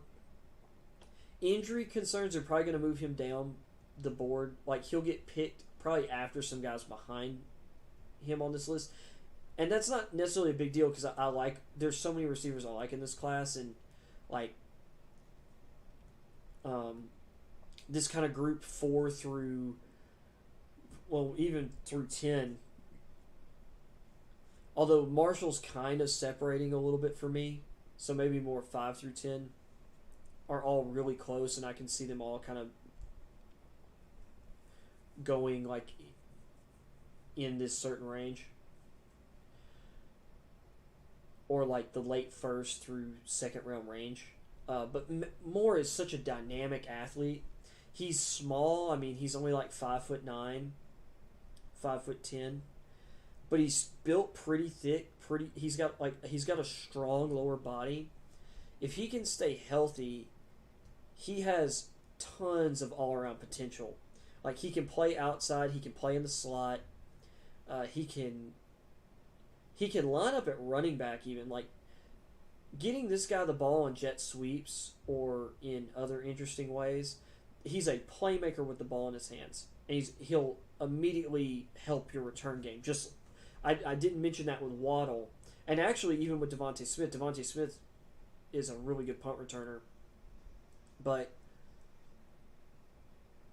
Waddle and Rondell Moore are going to impact your special teams. They're dynamic players in the return game that I really like. More for a team, for creative offensive minds, like, I really like the idea of Rondell Moore going to the Redskins, even after them like signing Curtis Samuel. I think you could run both of those guys on the field with Terry McLaurin. No problem. But you put a guy like, or guys like that on the field with, or heck, trying to think, the Jets with their second round pick, Rondell Moore would be an interesting fit there. Sure, they've got Corey Davis, they've got Denzel Mims, who they drafted in the second round last year. But whether you're drafting Zach Wilson at 2, or another quarterback at 2, or you're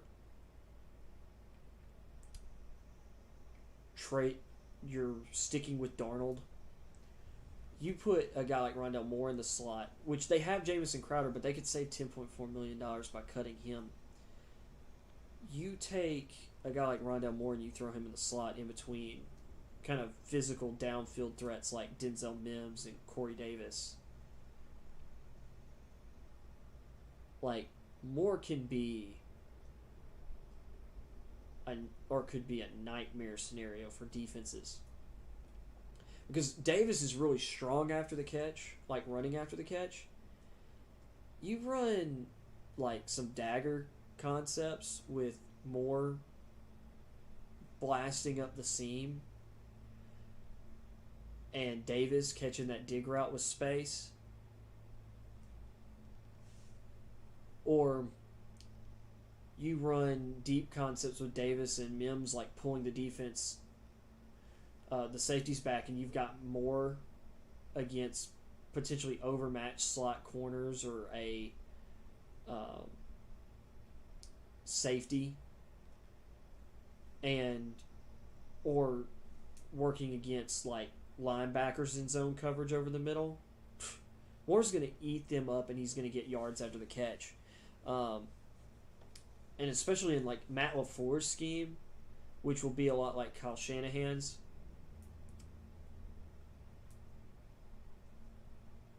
Or wait a second, Matt LaFleur is the coach of the Packers. It's Mike LaFleur, maybe? Because it's his brother. But anyway, I like Rondell Moore a lot. So he's my number 5 receiver. Number 6, you have... Ooh, this one's tough. Because I have several guys that say right here. This one's basically between Rashad Bateman and Kadarius Toney. This one's kind of more like pick your poison or pick your flavor.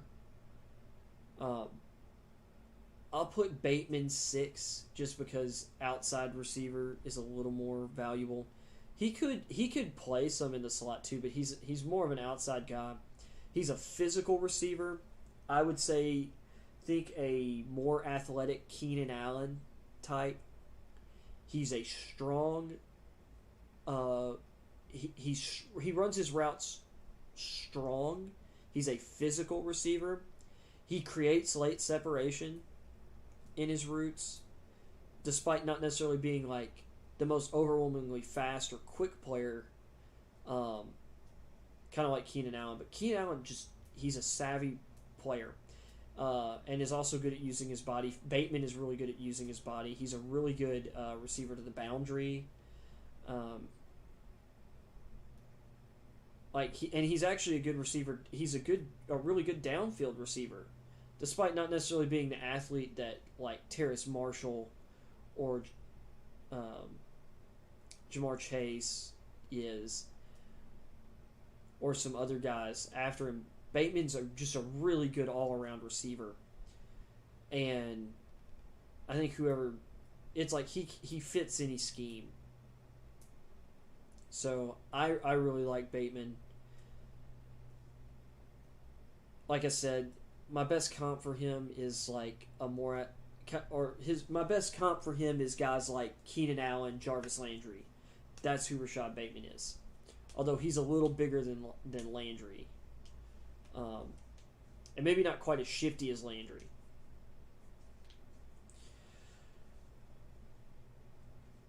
But he's faster than both Allen and Landry. So at 7, that's Kadarius Toney, wide receiver out of Florida. Toney, he's small, but he's so quick, and he has really good play strength. He's stronger.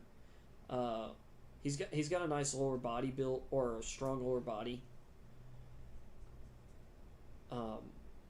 He can stretch the defense. He's not as good deep as Rondell Moore, which is why I had Moore higher. But Toney creates ridiculous separation on his routes, especially his his short route or his short game routes.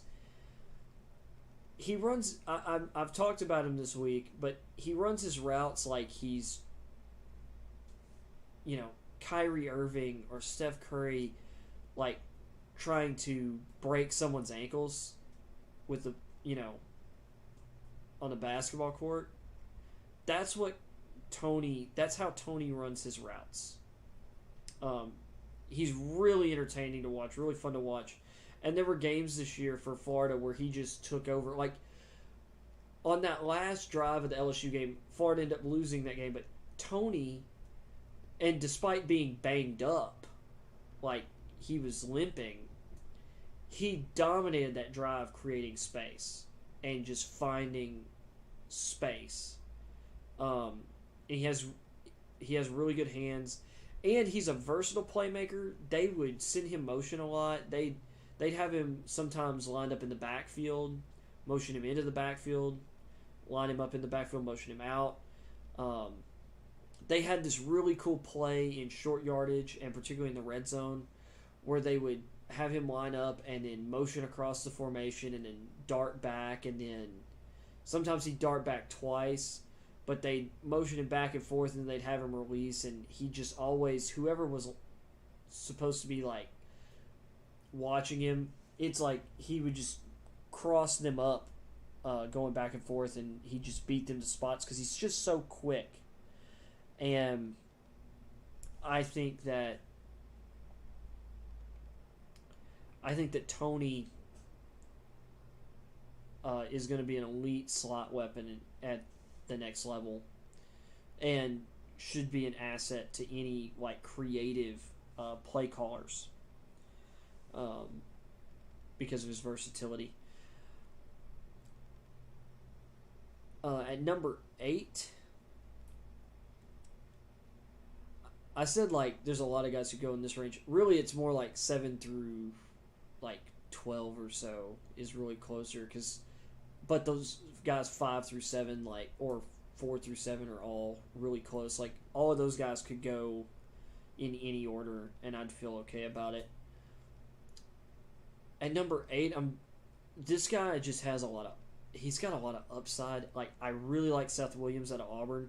Really physical receiver. He's got great top speed. He's another long athlete like Terrace Marshall. He's just not as polished a receiver.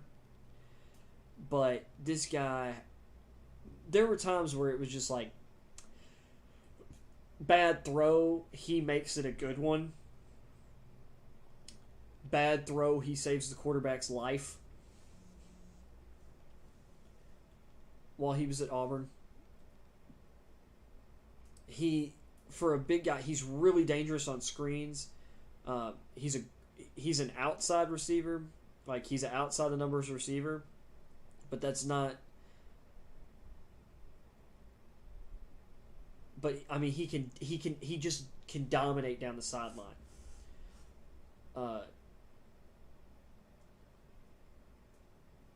Oh, and I forgot like to comp Tony, but I'd give Tony, if I was gonna give a comp to Tony.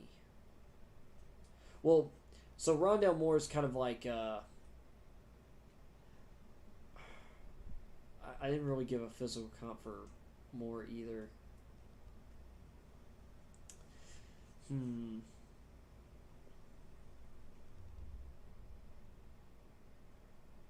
Well, Rondell kind of fits that, once again, that like we're going to keep coming back to him because he's just so important right now in the league. But Rondell Moore fits that Tyreek Hill. Like, because when he's healthy, I'd argue Rondell Moore probably has a even higher ceiling than Waddle. I don't know if he's quite as fast as Waddle, but he's really fast. He's really quick. But Moore is a little more, I think, has more vertical explosion. And he's got a stronger lower body. He's kind of built more like Hill. So I would say he's another, like, Tyreek Hill comp. And I hate to, like, really comp guys to guys who are so special like Hill, but, I mean, when you're drafting guys, it's like, this is the kind of stuff you're wanting them to turn into. But because of his injuries and stuff, Moore's floor, maybe he's Tavon Austin. I really hope that's not the case, because I'll say this. I really missed on Tavon Austin. I was really high on Tavon Austin. But, you know, it's... I mean, you get things wrong in projecting things because you can't see the future. You don't know whether a guy's going to end up in a good situation or a bad situation. You don't know how the situation he's in is going to change because you might start off in a good situation, you end up in a bad one. You don't know what injuries or other personal issues are going to end up coming up in these guys' lives. Just ask the Titans with their first-round pick from last year, because apparently the guy that ended up in Nashville is not the guy that they evaluated or the guy that they got to know during the draft process. Apparently they're two totally different people. So that stuff can happen. So, but I would say more physically just comps really well to Tyreek Hill. Tony is another kind of diminutive playmaker, but I wouldn't compare him to Hill because he's not as dynamic down the field. He doesn't have as dynamic a top-end speed either, or at least it doesn't seem that way.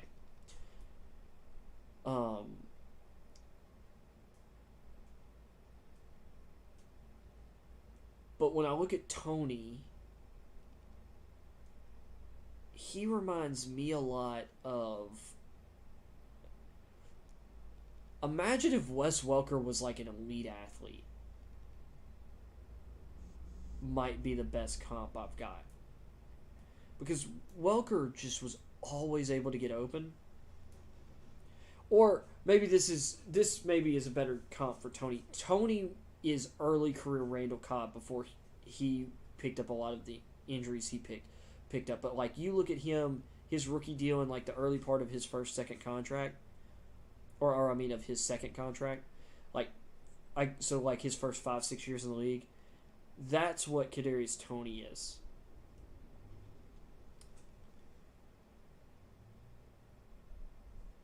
So then, to Seth Williams. Seth Williams reminds me a lot of Allen Robinson in terms of his tools.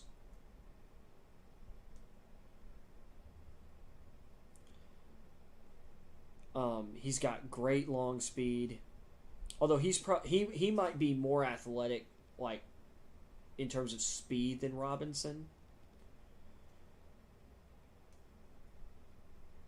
But he is a beast down the field, and on boundary routes, outside the numbers routes. So I really like Seth Williams. He's got a lot of potential. I guess I didn't give Marshall a comp either. So I'm having to go back through the thing.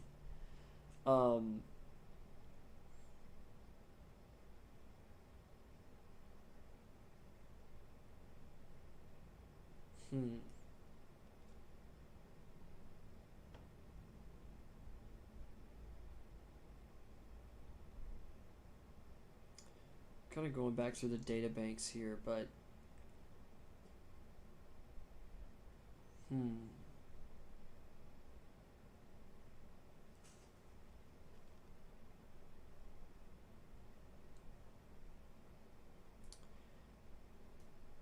Marshall.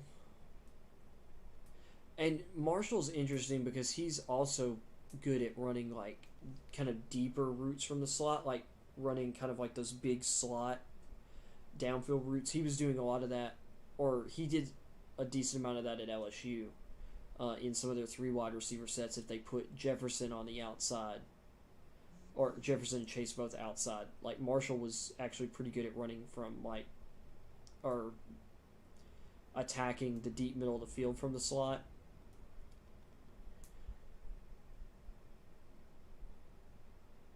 So I might comp him to Chris Godwin, but I don't know if that's a good comp or not, really. I might have to come back to Marshall, because Marshall also, his profile reminds me a little bit of like an Allen Robinson.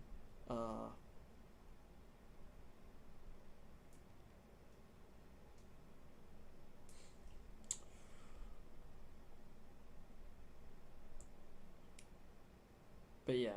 So my number 9 receiver is Elijah Moore out of Ole Miss. And I might have him too low, but this is just such a good class. He's not very big. Another one of these like smaller receivers, but out of, Waddle, Rondale Moore, Kadarius Toney, and him, he's probably the best outside receiver of the 4. I mean, he plays bigger than his size. Like, he very much plays bigger than his size. He was awesome at Ole Miss this year. And he was really good before. I think he continues that kind of run they have with A.J. Brown and D.K. Metcalf of, like, these... and before that, Mike Williams, Emmanuel Sanders, like these Ole Miss receivers. And particularly guys who are, like, with... like, I think A.J. Brown, maybe he was 6'1", but I think he's like 6 foot. Mike Williams was like 5'11", 6 foot. Emmanuel Sanders is under 6 foot. Elijah Moore is I hate to use like a Steve Smith comp, but he kind of reminds me in certain ways of Steve Smith. Because of his ability to be a great downfield threat despite being 5'9", 5'10".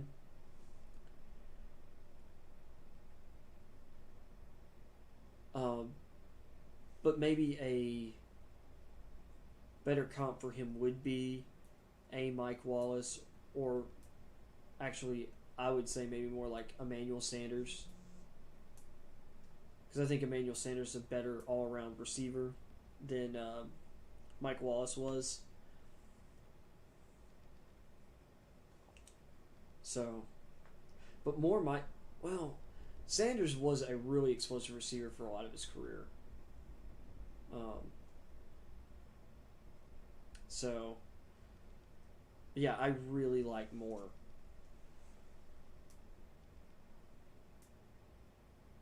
And I think I like that Emmanuel Sanders comp for him. And then my number 10 receiver...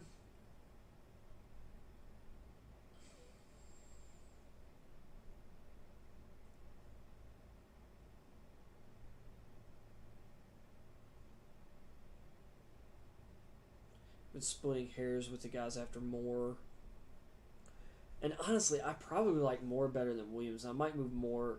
I think I'll move Moore or Elijah Moore up to 8 and Seth Williams down to 9.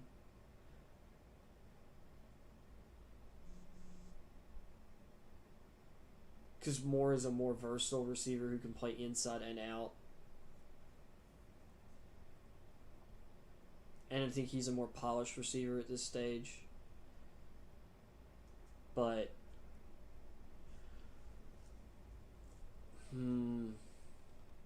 receiver number 10. There's several guys who I've gotten consideration for, but there's things that make me think I probably should have other guys ahead of him. Like, I really love Demetric Felton, but he has spent most of his life, basically his entire playing career, as a running back, even though he's been doing a bunch of receiver drills and looking like a potential slot beast at the NFL level, who can also play running back.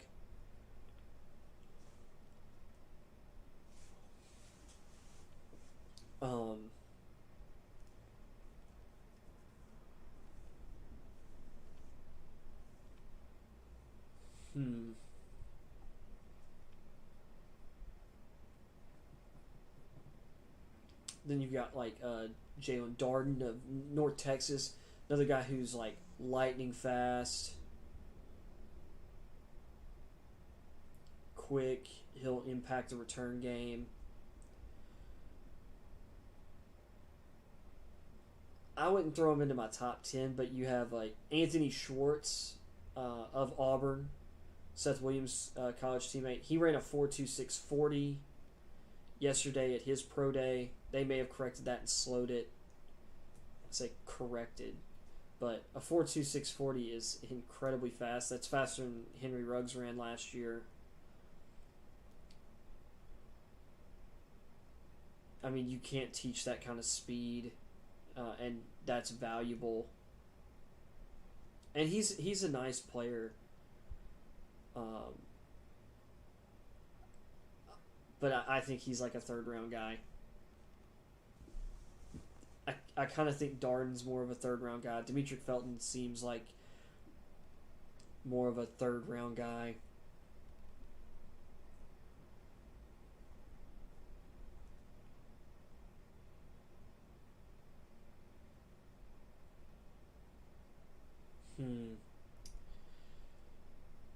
And then that leaves, I guess at 10, I'll put Tutu Atwell as my 10th guy right now. He's another diminutive guy, but he's really fast. There's a lot of really, really good like small receivers this year. And there's a lot of guys that people are kind of putting in the second, third round range that are bigger receivers that I actually think are being overvalued.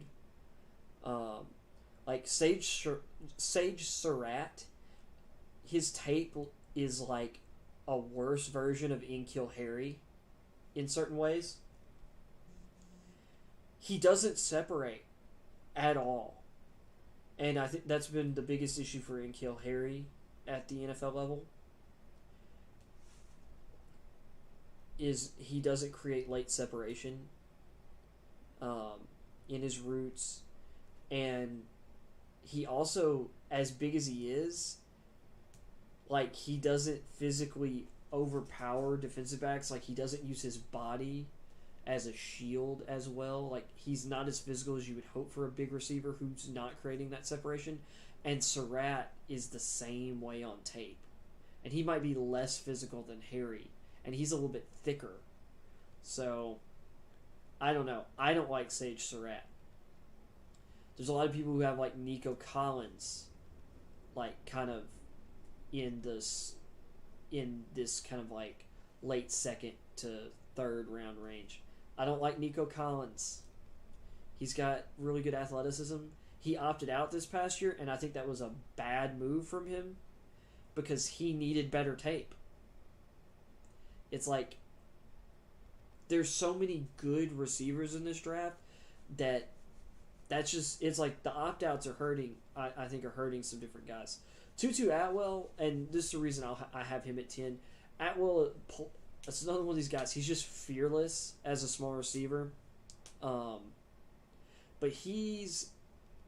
I want to say he's going to come in the lightest of all these, like,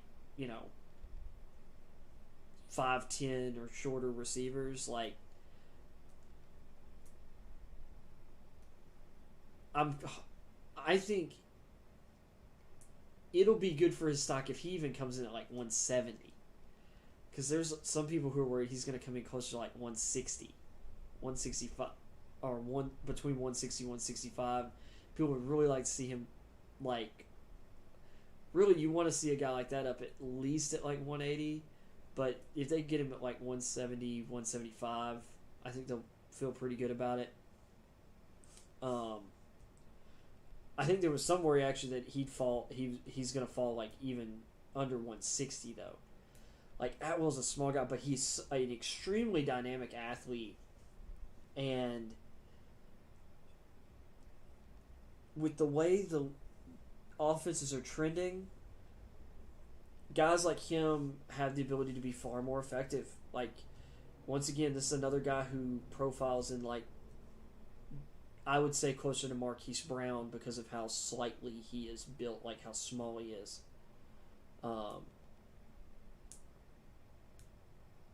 So, yeah. But right now, Tutu's my number 10. Some people have him, like, much higher on their boards. I don't. And honestly, there's still some other guys for me to go over. Because, like, there are receivers that I really like that I know are, like, further down the board. They don't have, like, the athletic traits. But I just know they're going to be good players. I'm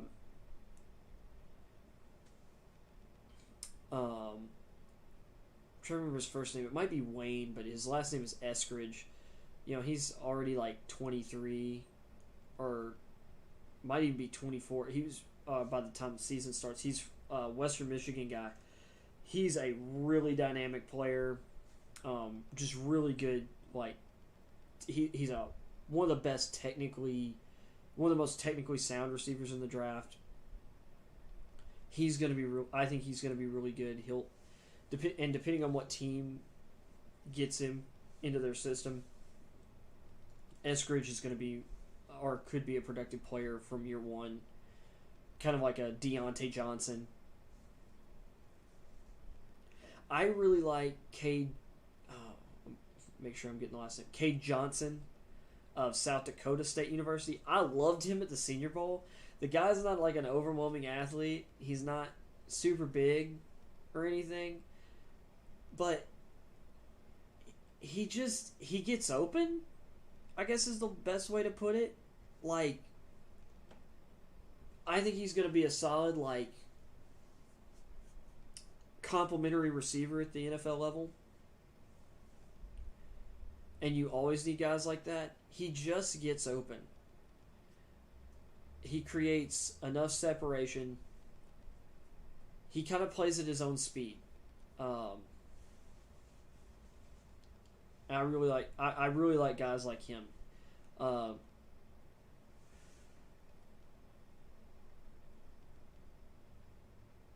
Like, he has some Keenan Allen to the way he runs his routes, although he's not as physical, so that's maybe not a great comp.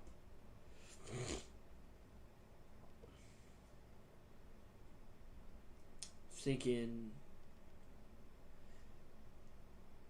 like, in certain ways, he kind of reminds me of First Down Freddie Mitchell.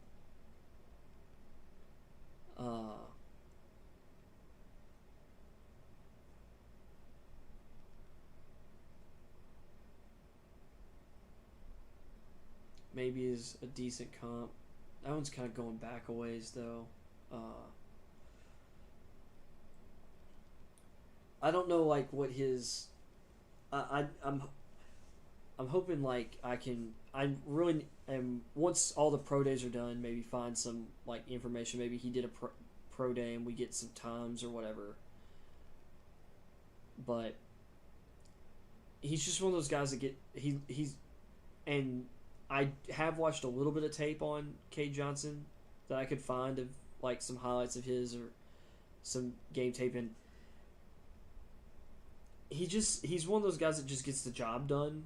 So he looks like a guy who could be a solid third receiver for years. And you need those guys. You need like third or fourth options that you can count on. That's Cade Johnson. He's going to be a day 3 guy, and I think he's going to be a day 3 steal. I like Josh Palmer out of Tennessee. He's not like overwhelmingly fast, but he's one of these guys. He does extremely well on boundary routes, like downfield outside the numbers. He's one of the best sideline receivers in this draft, just period. This guy, literally every game, he made a catch, at least one like incredible catch down like the sideline or downfield where he either kind of bailed out his quarterback on bad ball placement, or the quarterback literally couldn't throw the ball in play, and Palmer just is able to keep his feet in bounds and stretch out for it, or there's a downfield contested ball or whatever, and just on out routes, comebacks, corners, and fade routes, like deep sideline fades. Like Palmer just made plays on the ball. And I think once again he's going to be, I don't think Marvin Jones might be a little bit bigger, but if I had a comp for Josh Palmer, it's probably Marvin Jones. And Marvin Jones has made a lot of money at the NFL level, and he has been a really good like number 2 option, but sometimes the number 1 option because of injuries. But Marvin Jones is has been an elite number 2 option at the NFL level, and I think Palmer could be once again a really good complementary like receiver. So with that being said, that's I've talked a little bit more about some other receivers, but my top 10 receivers: Devonte Smith, Jamar Chase, Jalen Waddle, Terrace Marshall, Rondell Moore, Rashad Bateman, Kadarius Toney, Elijah Moore, Seth Williams, and Tutu Atwell. Although the 9 and 10 spots are probably severely subject to change, particularly the 10th spot.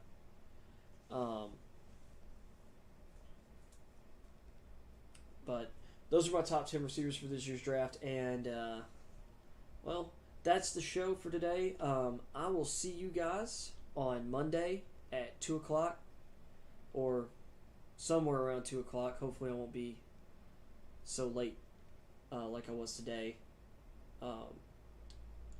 But anyway, hope you guys have a great weekend.